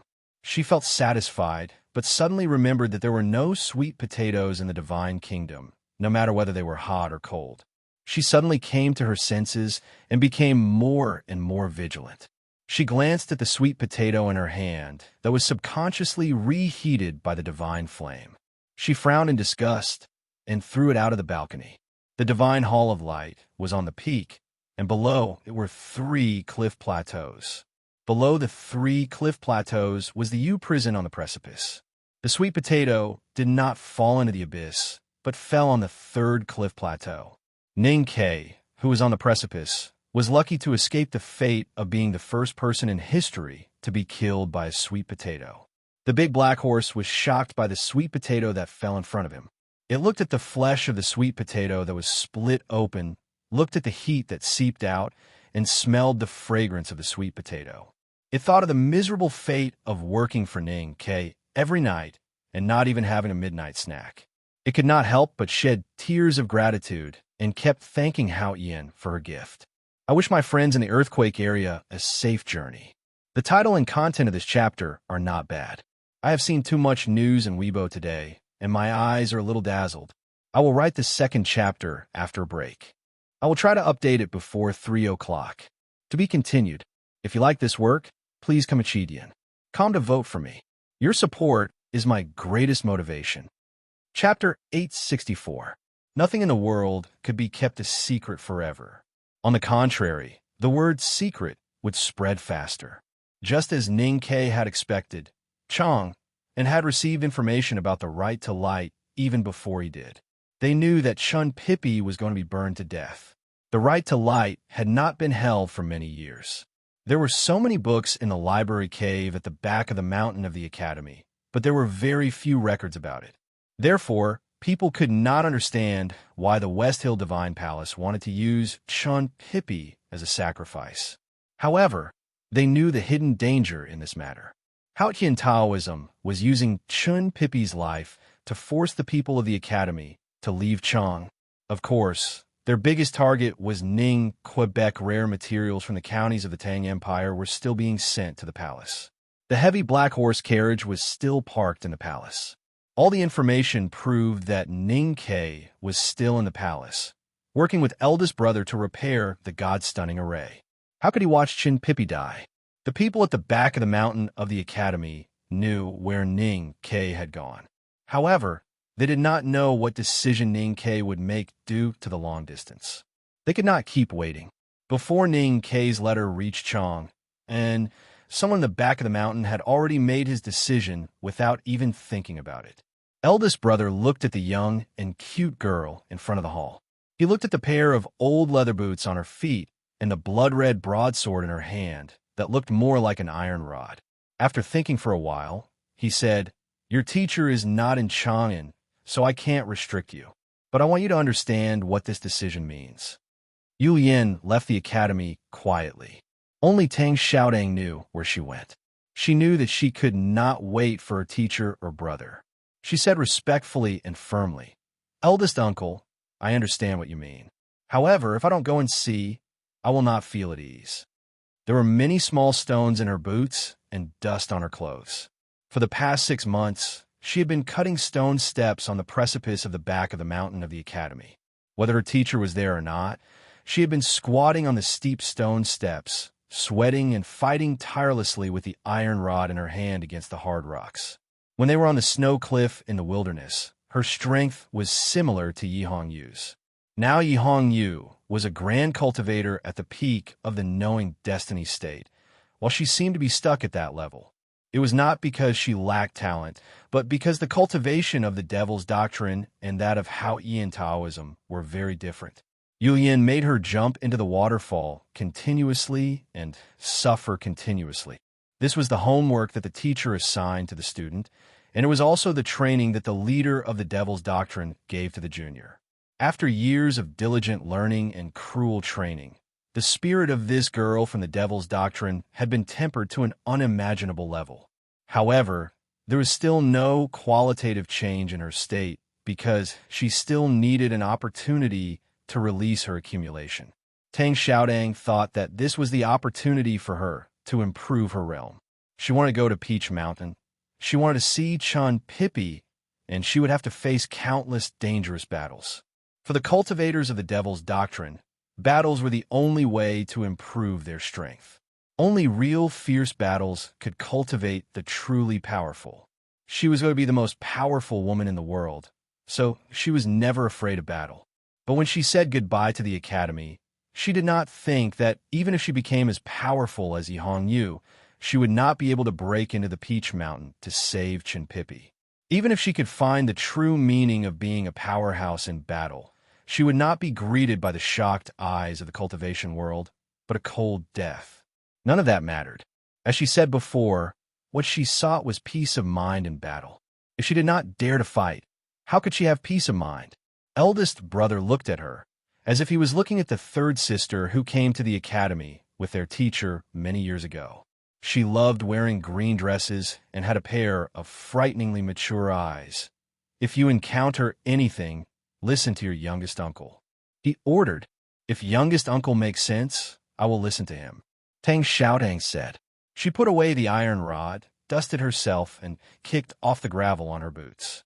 Then she left Chang and went to the West Hill Divine Kingdom and that stupid fat man. There was wind on the sea and then waves. The blue sea water kept stirring, looking very uneasy. So there were many uneasy clouds in the blue sky that reflected the color of the sea water. A black wooden ship broke through the waves from the depths of the sea. None of the fishermen on the shore or the laborers on the docks could see clearly where the black ship had been. They couldn't help but have an abnormally strong feeling, as if the black ship had suddenly leapt out of the sea from the netherworld. The black ship slowly approached the shore, and the women selling water and food kept shouting. The strange feeling was not as important as survival, but there was no response from the ship. After a while, more than 10 people walked down from the black ship, carrying water and food in their hands, and began to distribute them to the poor on the shore. There were men and women, old and young. The common characteristic was that their skin was very dark, and they wore the common wide-brimmed bamboo hats. They were no different from the fishermen on the South Sea. But what was particularly eye-catching, or rather glaring, was that they were all wearing red divine robes. The people on the shore were not wrong. The style of the divine robes was a little old, and the cloth looked a little old. But the insignia that no one dared to forge was absolutely real. Compared to the ordinary divine robes of the West Hill Divine Palace, the only difference was probably the black ribbon around their waists. The difference between the divine priests and deacons in the West Hill Divine Palace was very strict. The red-robed divine priest was a very important figure, especially in the secular world. Usually, a small country would have a red-robed divine priest, and the great river kingdom that the town belonged to only had 3 red-robed divine priests. And the dozen or so men and women who looked like fishermen were all wearing real red divine robes. Could it be that they were all red-robed divine officials? How could there be so many bigwigs in the remote South Sea? The people in the town found it hard to believe. What was even more unbelievable was that these red-robed divine priests actually condescended to personally distribute food to the poor. When had the divine priests in the divine hall ever done such a thing? The news that more than a dozen red-robed divine priests appeared in the South Sea town quickly spread throughout the Great River Kingdom. When the king of the Great River Kingdom and the representative of the Black Ink Garden rushed to the seaside day and night, they found that the red-robed divine priests had already left, and no one knew where they went. These red-robed divine priests, who looked like fishermen, began to silently walk north after landing on the shore. They purposely chose remote paths to walk, and sometimes directly crossed the mountains and forests, as if they were worried about disturbing the ordinary people. They stayed overnight by the stream and ate the small salted fish they brought with them. Even if they wanted to ask the people for rice, they would pay. Even if they met the most devout Haotian believers on the road, they would not accept the gold and silver offered by the other party. Although they wore divine robes, they were not similar to the arrogant divine priests in the West Hill Divine Palace. Instead, they were more like the ascetic monks in the Uelluan kingdom, walking silently with pride. One day, these people came to the Xiaoming Lake not far from the Black Ink Garden to take a rest. A young girl raised her head, looked at the beautiful Mogan Mountain, and said, "Is this the legendary Black Ink Garden?" Probably because they fished in the South Sea all year round and were exposed to the wind and sun. These people in red divine robes all had very dark skin, a little rough. This young girl was very young, and her skin was relatively light and smoother. Her eyebrows were thick and straight like knives, revealing a healthy and strong aura. A tall and thin middle-aged man said yes. The young girl looked at the looming pavilion in the Mogan Mountain and said, "When I was a child, I heard from my uncle that there was a famous divine talisman master here. A few days ago, I heard that his female disciple had also become a divine talisman master. It seems to be a good sect. Should we destroy the Black Ink Garden along the way?" The divine talisman master was an extremely powerful existence in the cultivation world. Even in the West Hill Divine Palace, he had a very high status.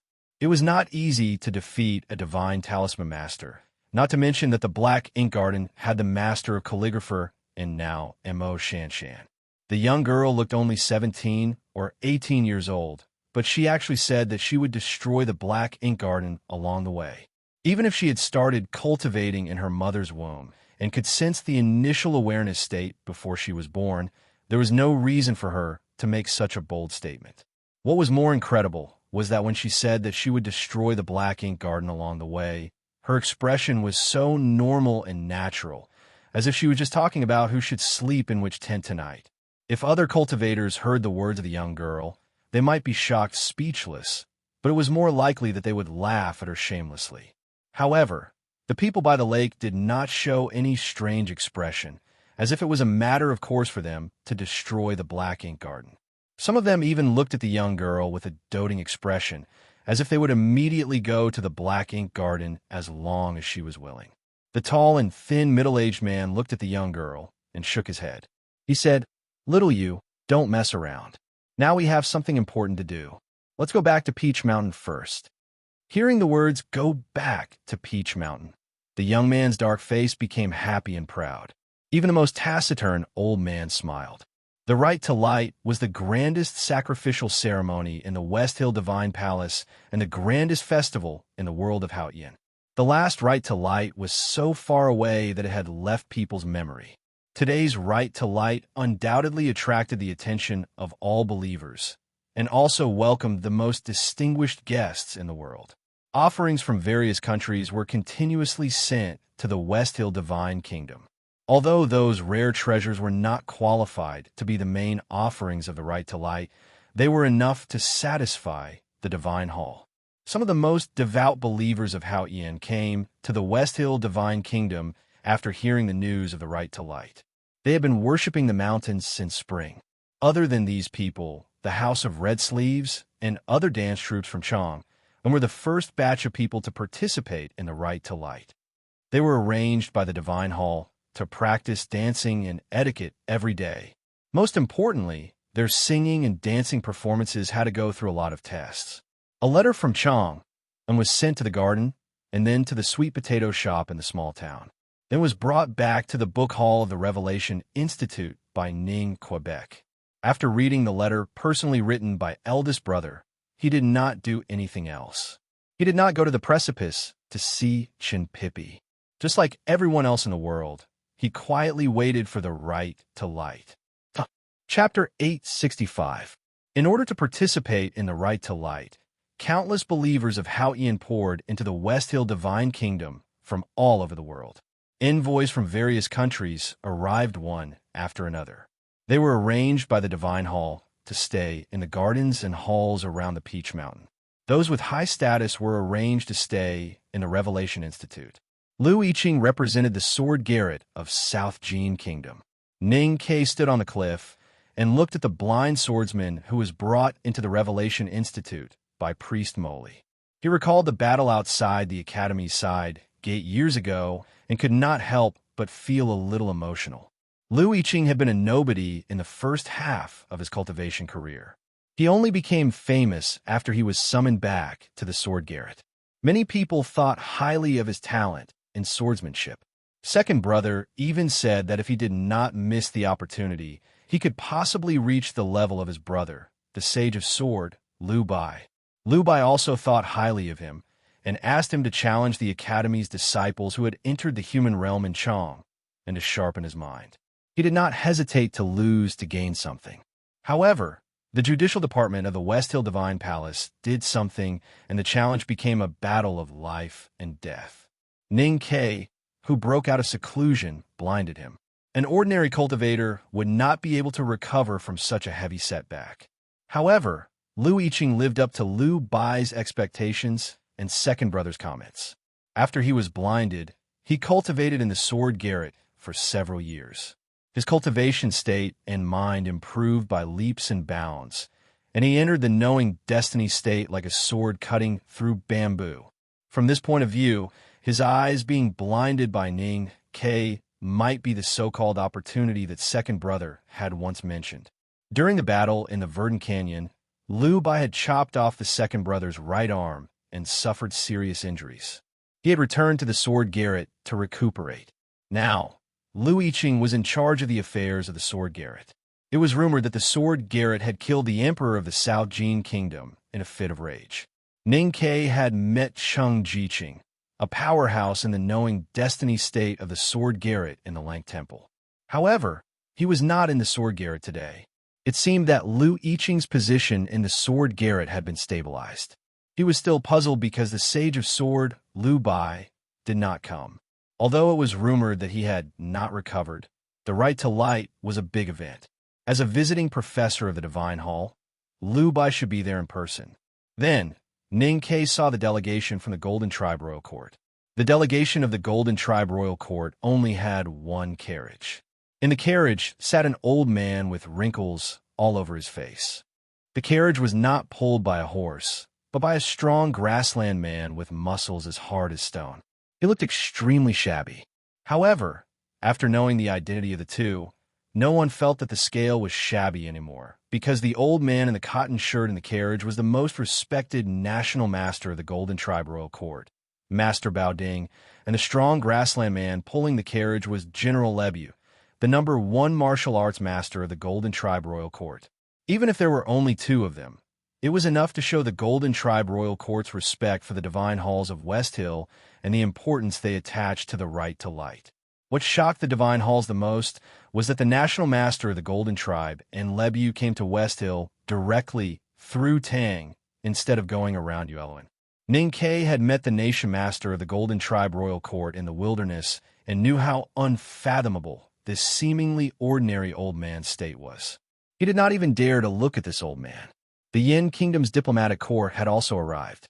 Emperor Chongming, who had just ascended the throne at the beginning of the year, had abandoned the heavy state affairs and arrived with hundreds of attendants. Then, the representatives of the Buddhism sect arrived as well. Monk Guanhai, the abbot of the Lang Temple, came alone. Monk Wu Dao was nowhere to be found. Many Iron Staff ascetic monks from the White Tower Temple also came. What made Ning Ke most wary was that the Xiankong Temple in the distant West Wilderness had also sent a representative. It was Qin Yin, the world wayfarer of the Buddhism sect. The noblest royal family and the most powerful cultivators had all arrived at the West Hill Divine Kingdom to participate in the right to light. The scale of the event and the grandeur of the rules far exceeded the Yulan Hungry Ghost Festival at the Lang Temple. Only the Tang Empire did not send an official delegation. The House of Red Sleeves did not send anyone, and neither did the Academy. The war had just ended. Many people could understand why the Tang Empire and the Academy did not send anyone to the right to light. However, they could not understand why they did not hear anything from the Jisho Abbey, even though the Xiankong Temple, the unknown place of the Buddhism sect, had sent a representative. One must know that the mysterious Taoist temple was the Taoist sect's unknown place. Many people came to the West Hill Divine Palace. Some waited in the West Hill Divine Palace, while others chose to leave because there was nothing they wanted there. That person was Prince Longqing. Longqing left the Peach Mountain and headed for the Jisho Abbey. As the mysterious, unknown place, not many people knew where the Taoist temple was in the deep mountains, even in the West Hill Divine Palace. However, he had once lived in the Taoist temple for a long time, so he naturally knew the way back. The Jisho Abbey was in the West Hill Divine Kingdom. It was not far from the Peach Mountain where the Divine Hall was located. There were several steep peaks in between. When the weather was good, one could even see the Divine Hall in the sunlight from the abbey. Longqing turned his gaze from the Divine Hall and looked at the ordinary and even shabby Taoist door in front of him. Just like the last time he came, the wooden door of the Taoist temple was still tightly shut, and no sound could be heard from inside. The Jisho Abbey was the unknown place of Taoist sect, so it was naturally not as ordinary and shabby as it looked. There was an extremely powerful Taoist divine array in the abbey. When the array was activated, one could not climb over the walls or through the windows. One could only enter through the door of the abbey. When the door was closed, no one could enter or leave. The Taoist temple would then become a prison, with the sky as the cover and the ground as the paving. No one could escape.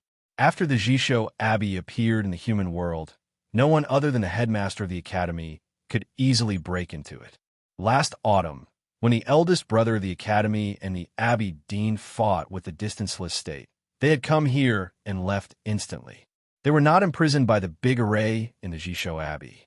However, that did not mean that the eldest brother's state was enough to ignore the big array. It was because someone who understood the array very well had tampered with it in advance. That person was Chun Pippi, who had lived in the Jisho Abbey since he was a child. Longqing knew about this, so he took the risk to enter the U prison to see Chun Pippi. He wanted to know how to enter the Jisho Abbey. Chun Pippi told him that the way to enter the Jisho Abbey was 7 in and 13 out. Longqing did not know what these 5 words meant. After thinking about it for the past few days, he guessed that the 7 in referred to the 7 huts by the lake where the tomes of Arcane were placed. They represented the 7 passages of the array, and the so-called 13 out referred to the 13 gates of the array of life and death. He did not know much about the array, but he had courage and determination. Looking at the stone steps in front of the abbey, he took a deep breath and walked up. He stretched out his hand and pushed the door. Before his palm could land on the door, an incomparably majestic aura instantly occupied his body and mind. Numerous streaks of black blood flowed from his nostrils and eyes. He had actually suffered extremely heavy injuries without a sound. If he had not been a heartless person, he would have been dead by now. Longqing retreated to the bottom of the stone steps and looked at the ordinary wooden door. His face became abnormally pale. He did not expect to enter the Jisho Abbey in one go, but he did not expect the array to be so terrifying. After a moment of silence, he left the abbey and went around to the back of the Taoist abbey. He looked at the gray stone walls that were not high, but he did not have the courage to climb them. Then he saw the Green Mountain behind the abbey. Longqing was very familiar with the Green Mountain. He had traveled back and forth between the Taoist temple and the Green Mountain countless times. He had walked through the caves in the cliff that looked like ant nests. He knew that the reason why the mountain looked green was because the surface of the cliff was covered with dense green vines. He knew that there were many terrible people living in it. The Green Mountain had collapsed and turned into a mound that was more than 100 feet high. It was covered with green grass and looked like an old grave that had not been taken care of for many years. Longqing looked at the Green Mountain and noticed that the top was very flat. It gave people the feeling that a giant had stretched out a foot from the sky and directly stepped on the original Green Mountain into its current state. The ant nest-like caves in the Green Mountain had long disappeared.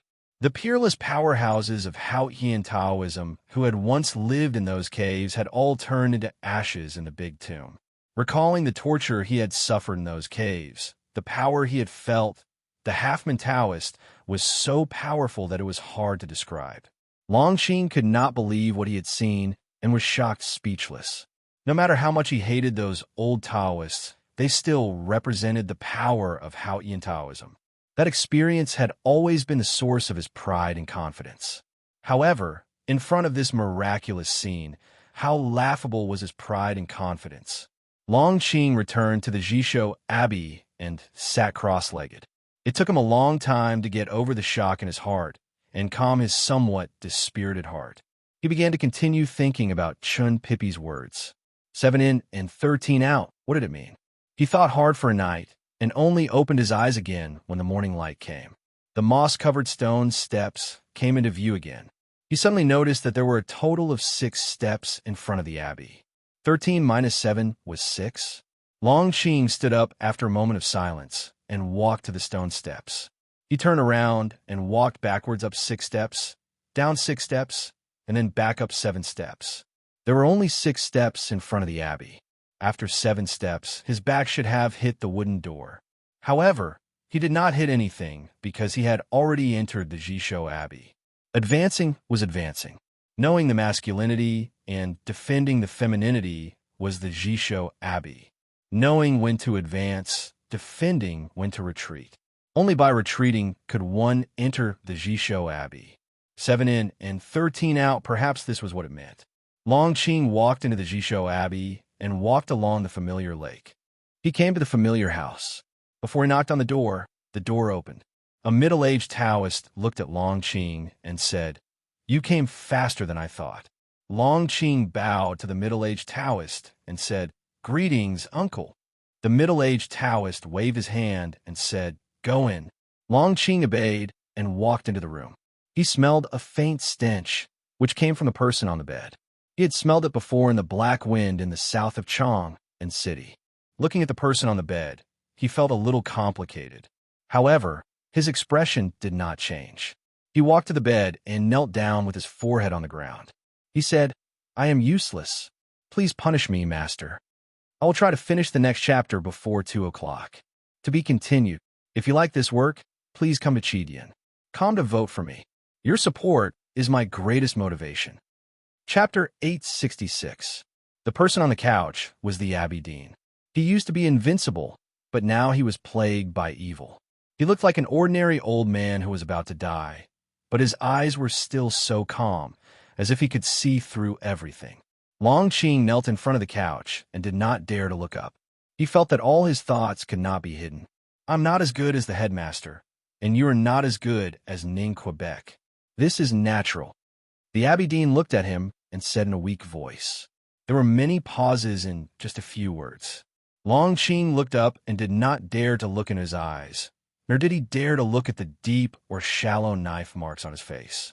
His eyes fell on the layout of the quiet room. It was a very simple quiet room, similar to the prison cells in the U prison in Peach Mountain. What surprised him was that he did not feel any inhibition in the Jisho Abbey. The Abbey Dean looked at the expression on his face and knew what he was thinking. He smiled and said, "In Chang, and I understood the word tranquility and rejected the will of Hao Yin at that moment. That was extremely disrespectful, so Hao Yin didn't let me die. Instead, he let me experience this pain with my life. You're right. There is no inhibition in the Abbey, only the will of Hao Yin. I'm like a prisoner now.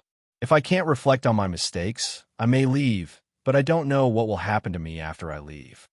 The big tactical array in the Jisho Abbey could stop outsiders from entering and leaving, but could not stop Qin Mao from entering and leaving. Hao Yin did not place any restrictions on him. His restrictions came from his respect for Hao Yin and his regret for the mistakes he had made. This lack of restrictions was the greatest torture. Enduring the stench of the bed, Long Qing said humbly, "I will accompany you to take care of you. After you recover, you can at least go to the lakeside." The Abbey Dean said, "I thought that your eyes would immediately turn gray when you entered the room. I did not expect you to be much more patient than before. There was only one skill in the world that could turn a cultivator's eyes gray. It was the gray eyes Taoism skill recorded in the Sha hand scroll of the Tomes of Arcane and originated from the practice of Tao Dai, of the Devil's Doctrine." Long Qing knelt down again and said in a trembling voice, "How dare I have such a rebellious idea?" The Abbey Dean looked at him and said with a smile, "Half-man Taoist was half a master to you. Didn't you suck him dry? The word treason is the most suitable word to describe you." Long Qing clearly knew that the Abbey Dean was now a cripple and that he could kill him with just a finger. However, he still did not dare to raise his head in fear. It was not because Chun Pippi had told him in the U prison that the Abbey Dean no longer had any psyche power and that it was useless to use the gray eyes. It was because he was really afraid. Back then, on the shores of the South Sea, he had already decided to be an ordinary merchant and live the life of an ordinary person. However, when he saw that wooden boat on the surface of the sea, he finally understood his unwillingness. A black peach blossom grew on the side of the wooden boat, gently trembling in the slightly fishy sea breeze. He had learned from the Abbey Dean and was sent back to the Jisho Abbey. He had a series of adventures and finally recovered his power. A black peach blossom also grew on his chest, covering the hole that Ninkei had pierced through. For him, meeting the Abbey Dean on the shores of the South Sea was the greatest lucky chance of his life. However, it was also from that day onwards that the black peach blossom on his chest could only tremble in the wind of the South Sea. He had indeed thought of using the gray eyes to directly devour the Abbey Dean's cultivation state. Even though Chun Pippi had seen through his plan, he still wanted to try it after entering the Jisho Abbey. However, when he knelt in front of the couch, he realized that those thoughts were delusional. He had the courage to suck the Halfman Taoist dry, but he did not have the courage to look at the Abbey Dean. "You disappoint me." The Abbey Dean looked at him and sighed. Longqing lowered his head even more and did not dare to reply. "Do you know why I took you as my disciple back then? It was not because of your talent. Although you were known for your talent in cultivation in the secular world, you should know very well that there are many people who are more talented than you in the abbey, the school, and the second floor. It was also not because of your will and determination. You gave up after being shot by Ning Kei and became a cripple. Have you ever thought about what Ning Kei's state of mind was like when he could not cultivate?" The Abbey Dean looked at his pale cheeks and said with pity, "I chose you because I thought I saw the destruction and madness in your bones. I thought you would do anything to achieve your goal, no matter cruel or rebellious. You don't have a heart, so you don't have love. You don't have love, so you are fearless and disrespectful. That's why you can ignore all rules and see the threshold of the lawless realm. When you use the gray eyes to absorb the Halfman Taoist, killing everywhere and committing all kinds of evil in the wilderness, I was actually very gratified, because at that time, you still seemed to have countless possibilities. But today, you don't dare to look up at me. I am disappointed in you not because you once thought of deceiving your master and killing me, but because you still have fear even though you do not have a heart.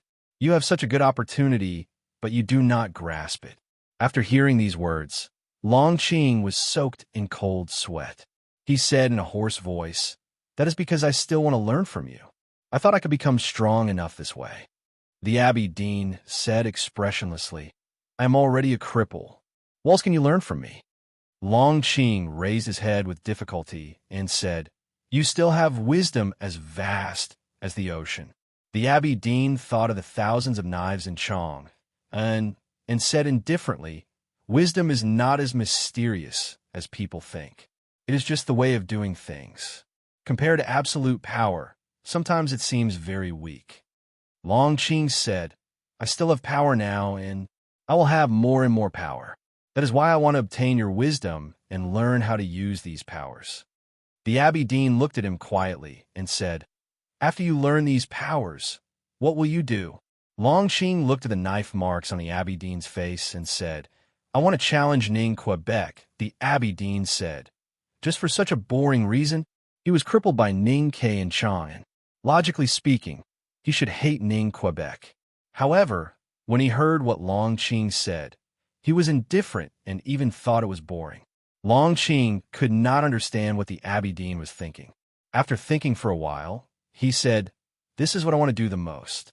Maybe it is a little sad, but I seem to be living because of that person." "It is indeed sad," the Abbey Dean said. Longqing said, "Life always needs a reason." The Abbey Dean said, "When human beings try their best to find reasons for their actions, Hao Yin will laugh. Since she thinks I am disrespectful, why would she let you learn from me?" After a moment of silence, Longqing said, "She knows my loyalty and cowardice, and maybe She needs this reason from me. So even if she laughs, she will not stop me. The Abbey Dean said, if she no longer needs a reason to kill Ning Ke, what will you do? Long Qing's face turned paler, and he did not know how to answer. The Abbey Dean looked at him quietly and suddenly said, let me tell you what to do. The reason you find for your actions can only be your own reason. You have already betrayed Hao Ian once. Why not do it again? You can only be loyal to yourself, and the source of your cowardice can only be your own selfishness. As the saying goes, treason and heresy, if you dare not even go against heaven. How can you be called treason? If you can't even let go of Taoism, how can you not be called Taoism? Long Qing's eyes were filled with fear.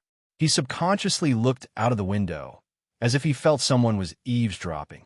After being shot into a wasteland by Ning Ke, he had bitterly decided to give up his faith. When he swallowed the half-man Taoist with his gray eyes and jumped off the cliff, he had also decided to stand on the side of darkness and no longer follow the footsteps of light. However, in the end, he found that the darkness he chose was still the darkness of Hao Ian. At that moment, he felt unprecedentedly relaxed, and his respect for Hao Ian became even more unshakable. Don't worry that she can hear us. The Abbey Dean said, Hao Ian is omniscient and omnipotent. That is because she stands high enough above the human world. After coming to the human world, she is just a little higher than us. Long Qing seemed to understand, but he still could not hide his fear. The Abbey Dean slowly reached out his left hand in front of Long Qing and said, go back to your room. Hearing this, Long Qing was sure that the Abbey Dean was willing to let him cultivate in the Jishou Abbey. He was overjoyed and quickly took out the Shah hand scroll of the Tomes of Arcane that he had stolen. The Abbey Dean did not take the Tomes of Arcane and said, the 7 Tomes of Arcane are the weapons that Hao Ian gave to Taoism. The so-called weapons are knowledge and wisdom. Since you want to learn my wisdom, this Tomes of Arcane is in your hands. You can also read the other 5 Tomes of Arcane. I want something else. Long Qing vaguely understood what the Abbey Dean wanted, but he did not understand why. He took out the black peach blossom and respectfully placed it in the Abbey Dean's hand. The Abbey Dean gently turned the stem of the black peach blossom and asked, what is this? Long Qing did not understand, but he honestly answered, this is the peach blossom of your disciple. The Abbey Dean said, if you die, what will happen to this peach blossom of life? Any cultivator would definitely understand the meaning of a natal item. This was the knowledge that must be mastered at the beginning of cultivation. So Long Qing still did not understand why the Abbey Dean would ask such a simple question. He said, after I die, this peach blossom of life will wither and never come back to life again. The Abbey Dean looked at the black peach blossom between his fingers and asked, what if it is another natal item? Long Qing said, if it is a natal sword, it could be refined again. But that is equivalent to dying once. The Abbey Dean signaled him to leave the quiet room. Then, the room became quiet again. Wind came in from the window, but could not blow away the stench from the bed. He struggled to get up and inserted Long Qing's peach blossom of life into the sand table in front of the window. He looked at the black peach blossom trembling in the wind and thought of the peach blossoms all over the peach mountain. He smiled. Hao Ian came to the human world. The Jishou Abbey became an abandoned prison, and the most powerful cultivator in the human world became a useless man. But the real story had just begun. It's Monday. I need to write a special chapter to solicit votes. To be continued. If you like this work, please come Chidian. Come to vote for me. Your support is my biggest motivation. Chapter 867. There is still one day to go before the character contest. Sang Sang Sang is ranked first for the heroine and Shan Shan is ranked first for the supporting actress. The voting is based on fan value and does not affect the fan value. Therefore, the fluctuation is very big. Since I am already in first place, I still want to fight for it. Please vote on the page of Yi Jianya's book or the main page of Chidian. This is the first chapter. I know it is easy to feel sleepy when writing dialogues without any big contradictions, but it is really hard to write. I will try to finish the next chapter before 2 o'clock. The middle-aged Taoist walked into the quiet room and saw the Abbey Dean standing by the window, smiling at the black peach blossoms. He was very surprised and hurried to help him back to the couch. He looked at the Abbey Dean seriously and said, "Senior brother, are you really going to give up your faith?" The Abbey Dean smiled and said, "I grew up in a Taoist temple, and the first book I read was Taoist scripture. My faith in Hao Yin has long been integrated into my blood and become my breath. The meaning of my life is to carry out Hao Yin's will. Giving it up is equivalent to betraying myself. Naturally, I will not." The middle-aged Taoist asked confusedly, "If so, why did you let Longqing stay in the Jishou Abbey? Why did you send the letter to the South Sea? Why did you treat the one in the Divine Hall of Light?" Before he finished, the Abbey Dean said, "I believe in Hao Yin, not the one in the Divine Hall of Light." The middle-aged Taoist was even more confused. He thought that the one in the Divine Hall of Light was definitely Hao Yin. The Abbey Dean looked at him and said, "If she is Hao Yin, then who is fighting against the headmaster in the Divine Kingdom? Even if she used to be Hao Yin, is the Hao Yin that came to the human world still the Hao Yin that we believe in? Is the Hao Yin that has been desecrated by mortals still the Hao Yin that we believe in?" The middle-aged Taoist said in a trembling voice, "Faith does not allow any doubt." The Abbey Dean said, "What is piety?" "Piety is loyalty to faith." "What is loyalty to faith?" "It is not only loyalty to the object that we believe in. Faith comes from you and me and falls on the other side. There is Hao Yin, you and me. No one can be missing. Then only the Hao Yin that we believe in is the real Hao Yin." The words were very mysterious.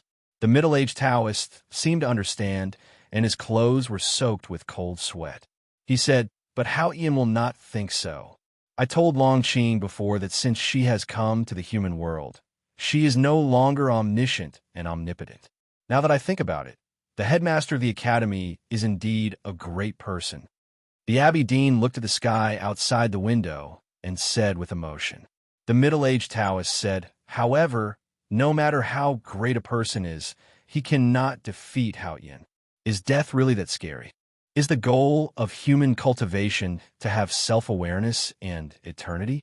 The drunkard and the butcher think that they are immortal because they have their own divine kingdom. In my opinion, it is not true." The Abbey Dean said, "Hao Yin is not a life, so it has the property of eternity. Every beginning should have an end, and every life should return to the non-life eternity. If life wants to be eternal, then it can only become a completely different form of existence. And how is that different from death?" The middle-aged Taoist asked, "Then why do we cultivate Tao?" The Abbey Dean thought of the thousands of knives in Chong, and the things that were filled with the taste of the human world. He thought of himself landing by the lake in the south of the city and the fish struggling in the puddle beside his face. He said, "Cultivation is for enlightenment and liberation. Only in this way can one obtain peace and joy at the end of life." The middle-aged Taoist frowned slightly and asked confusedly, "Should all the cultivation sects in the world take this path?" The Abbey Dean said, "People in the academy live recklessly and casually, and they will eventually go against heaven's will. They can face death calmly because they believe that they did not let down their lives. But only the truly powerful can live like them. The ordinary people in the world are like pigs and dogs. How can they face the end as narcissistically as they do?" Neither the headmaster of the academy nor Kahaoren have ever considered these problems. However, Haotian Taoism has always been considering these problems because we know that we are all pigs and dogs under Haotian. Therefore, we must find a way for ordinary people to face the end peacefully. The middle-aged Taoist understood and said, "That is the belief in Haotian and the hope for the divine kingdom." That's right. It is never Haotian who wants us to believe in her, but we need to believe in her. I also need to believe in her, but I only believe in her in the divine kingdom, not the one over there. The Abbey Dean looked at the direction of the divine halls of West Hill in silence. The middle-aged Taoist asked after a moment of silence, "What should we do with Longqing?" The Abbey Dean withdrew his gaze and looked at the black peach blossom on the sand table in front of the window. He said, "I am really disappointed in him. He has experienced so many setbacks and tragedies, but he still could not have the courage or desire to challenge the rules. Even if he reads all 7 volumes of the Tomes of Arcane, no matter how diligent he is and how blessed he is, he will at most become the second drunkard or the butcher after hundreds of years. What is the point of that? The drunkard and the butcher were the only grand cultivators in the world who had experienced the everlasting night. They were the most senior in the cultivation world and had the most unfathomable states. They only showed up in Chong and enforced the Academy and the Tang Empire to sign a humiliating peace treaty with the divine halls of West Hill. But according to the Abbey Dean's words, even if Long Qing had become such 2 people, he still would not be satisfied. That was really unexpected. The middle-aged Taoist was silent. He knew very well that the drunkard and the butcher were not in his senior brother's eyes. Before the Abbey Dean came to Chong, and he already had the peerless states of Taoism, Buddhism, and the Devil's Doctrine. After understanding the state of pureness, he even felt that the drunkard and the butcher states of mind were so rotten that they could not even be mentioned. He only had eyes for the headmaster. His life's pursuit or goal was to touch the headmaster's state of no rules. It was not the limitless state, but the limitless state. Because of his faith, the Abbey Dean could never understand the word limitless state. That was why he took Long Qing as his disciple, because Long Qing had the hope of breaking through and building up again. Because Long Qing had once betrayed his faith, he hoped that Long Qing could have the chance to walk on that path. Unfortunately, he did not succeed. This is a very cliché story, but it is the same for any story. The Abbey Dean said, Hao Qian had foreseen the stories that are happening in the human world many years ago. That is why she gave the 7 volumes of the Tomes of Arcane to the human world. I am not talking about the prophecy on the Ming hand scroll, but the names of the 7 volumes of the Tomes of Arcane. The middle-aged Taoists have been in charge of the 7 volumes of the Tomes of Arcane in the Jishou Abbey. Naturally, he knew the names of the 7 volumes of the Tomes of Arcane. He said in a trembling voice, "The sun sets, and the sand shines, and the sky opens up." The Abbey Dean looked at the sky outside the window and said expressionlessly, "Yes, she wants to open up the sky again." The middle-aged Taoist looked as if he had suffered a heavy blow. He said with a pale face, "Then what should the human world do?" The Abbey Dean ignored his shock and uneasiness. He slowly closed his eyes and continued, "She wants to return to the kingdom of Hao Qian, so the divine hall holds the right to light. She wants to use the pure blood of the Chun family for tens of thousands of years as a sacrifice to open up the path to heaven. However, she will definitely fail because the Academy will go to the Peach Mountain. Even if the people of the Academy have already reached the Peach Mountain, the Academy will also fail because she knows everything. She has been waiting for the people of the Academy on the Peach Mountain. But she will also fail because she thinks she can do it, but in fact she can't. So in the end, everyone will fail and no one will win." This passage seemed to be telling a story that had already happened, but in fact, the story had not happened yet. Therefore, it was filled with an indescribable feeling of prophecy. The middle-aged Taoist said in shock, "There is something that Hao Qian can't do?" The Abbey Dean opened his eyes and looked at his younger brother beside the bed. He said, "Even if the sun sets and the sand opens up tomorrow, she still needs to cut off her connection with the human world in order to return to the divine kingdom. However, she doesn't understand that the aura of the human world left in her by the headmaster of the Academy and her connection with the human world are not so easy to cut off." The middle-aged Taoist was sweating profusely, thinking that what his senior brother said today was extremely disrespectful to Hao Qian. He said in fear, "Hao Qian knows everything in the world, and she naturally knows what you want to do, senior brother." The Abbey Dean said indifferently, "Now, even I don't know what I will do.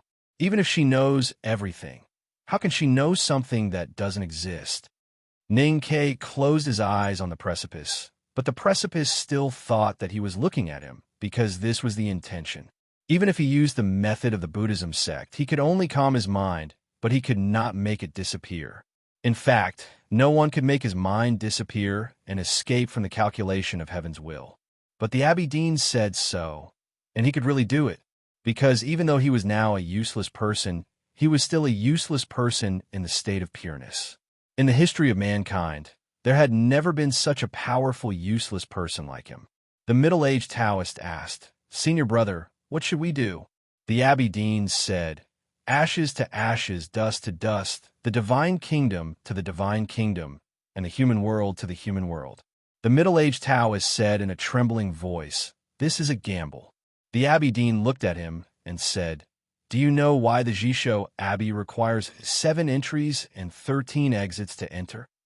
The middle-aged Taoist shook his head.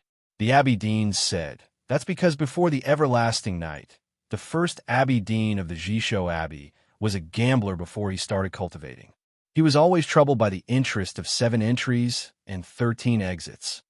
It was the first time that the middle-aged Taoist heard about the background of the founding master of Haotian Taoism, and he was stunned and speechless. He founded Haotian Taoism after he achieved great success in cultivation. He could have been free, but he still pitied the people. So he chose Haotian on behalf of mankind and became our faith.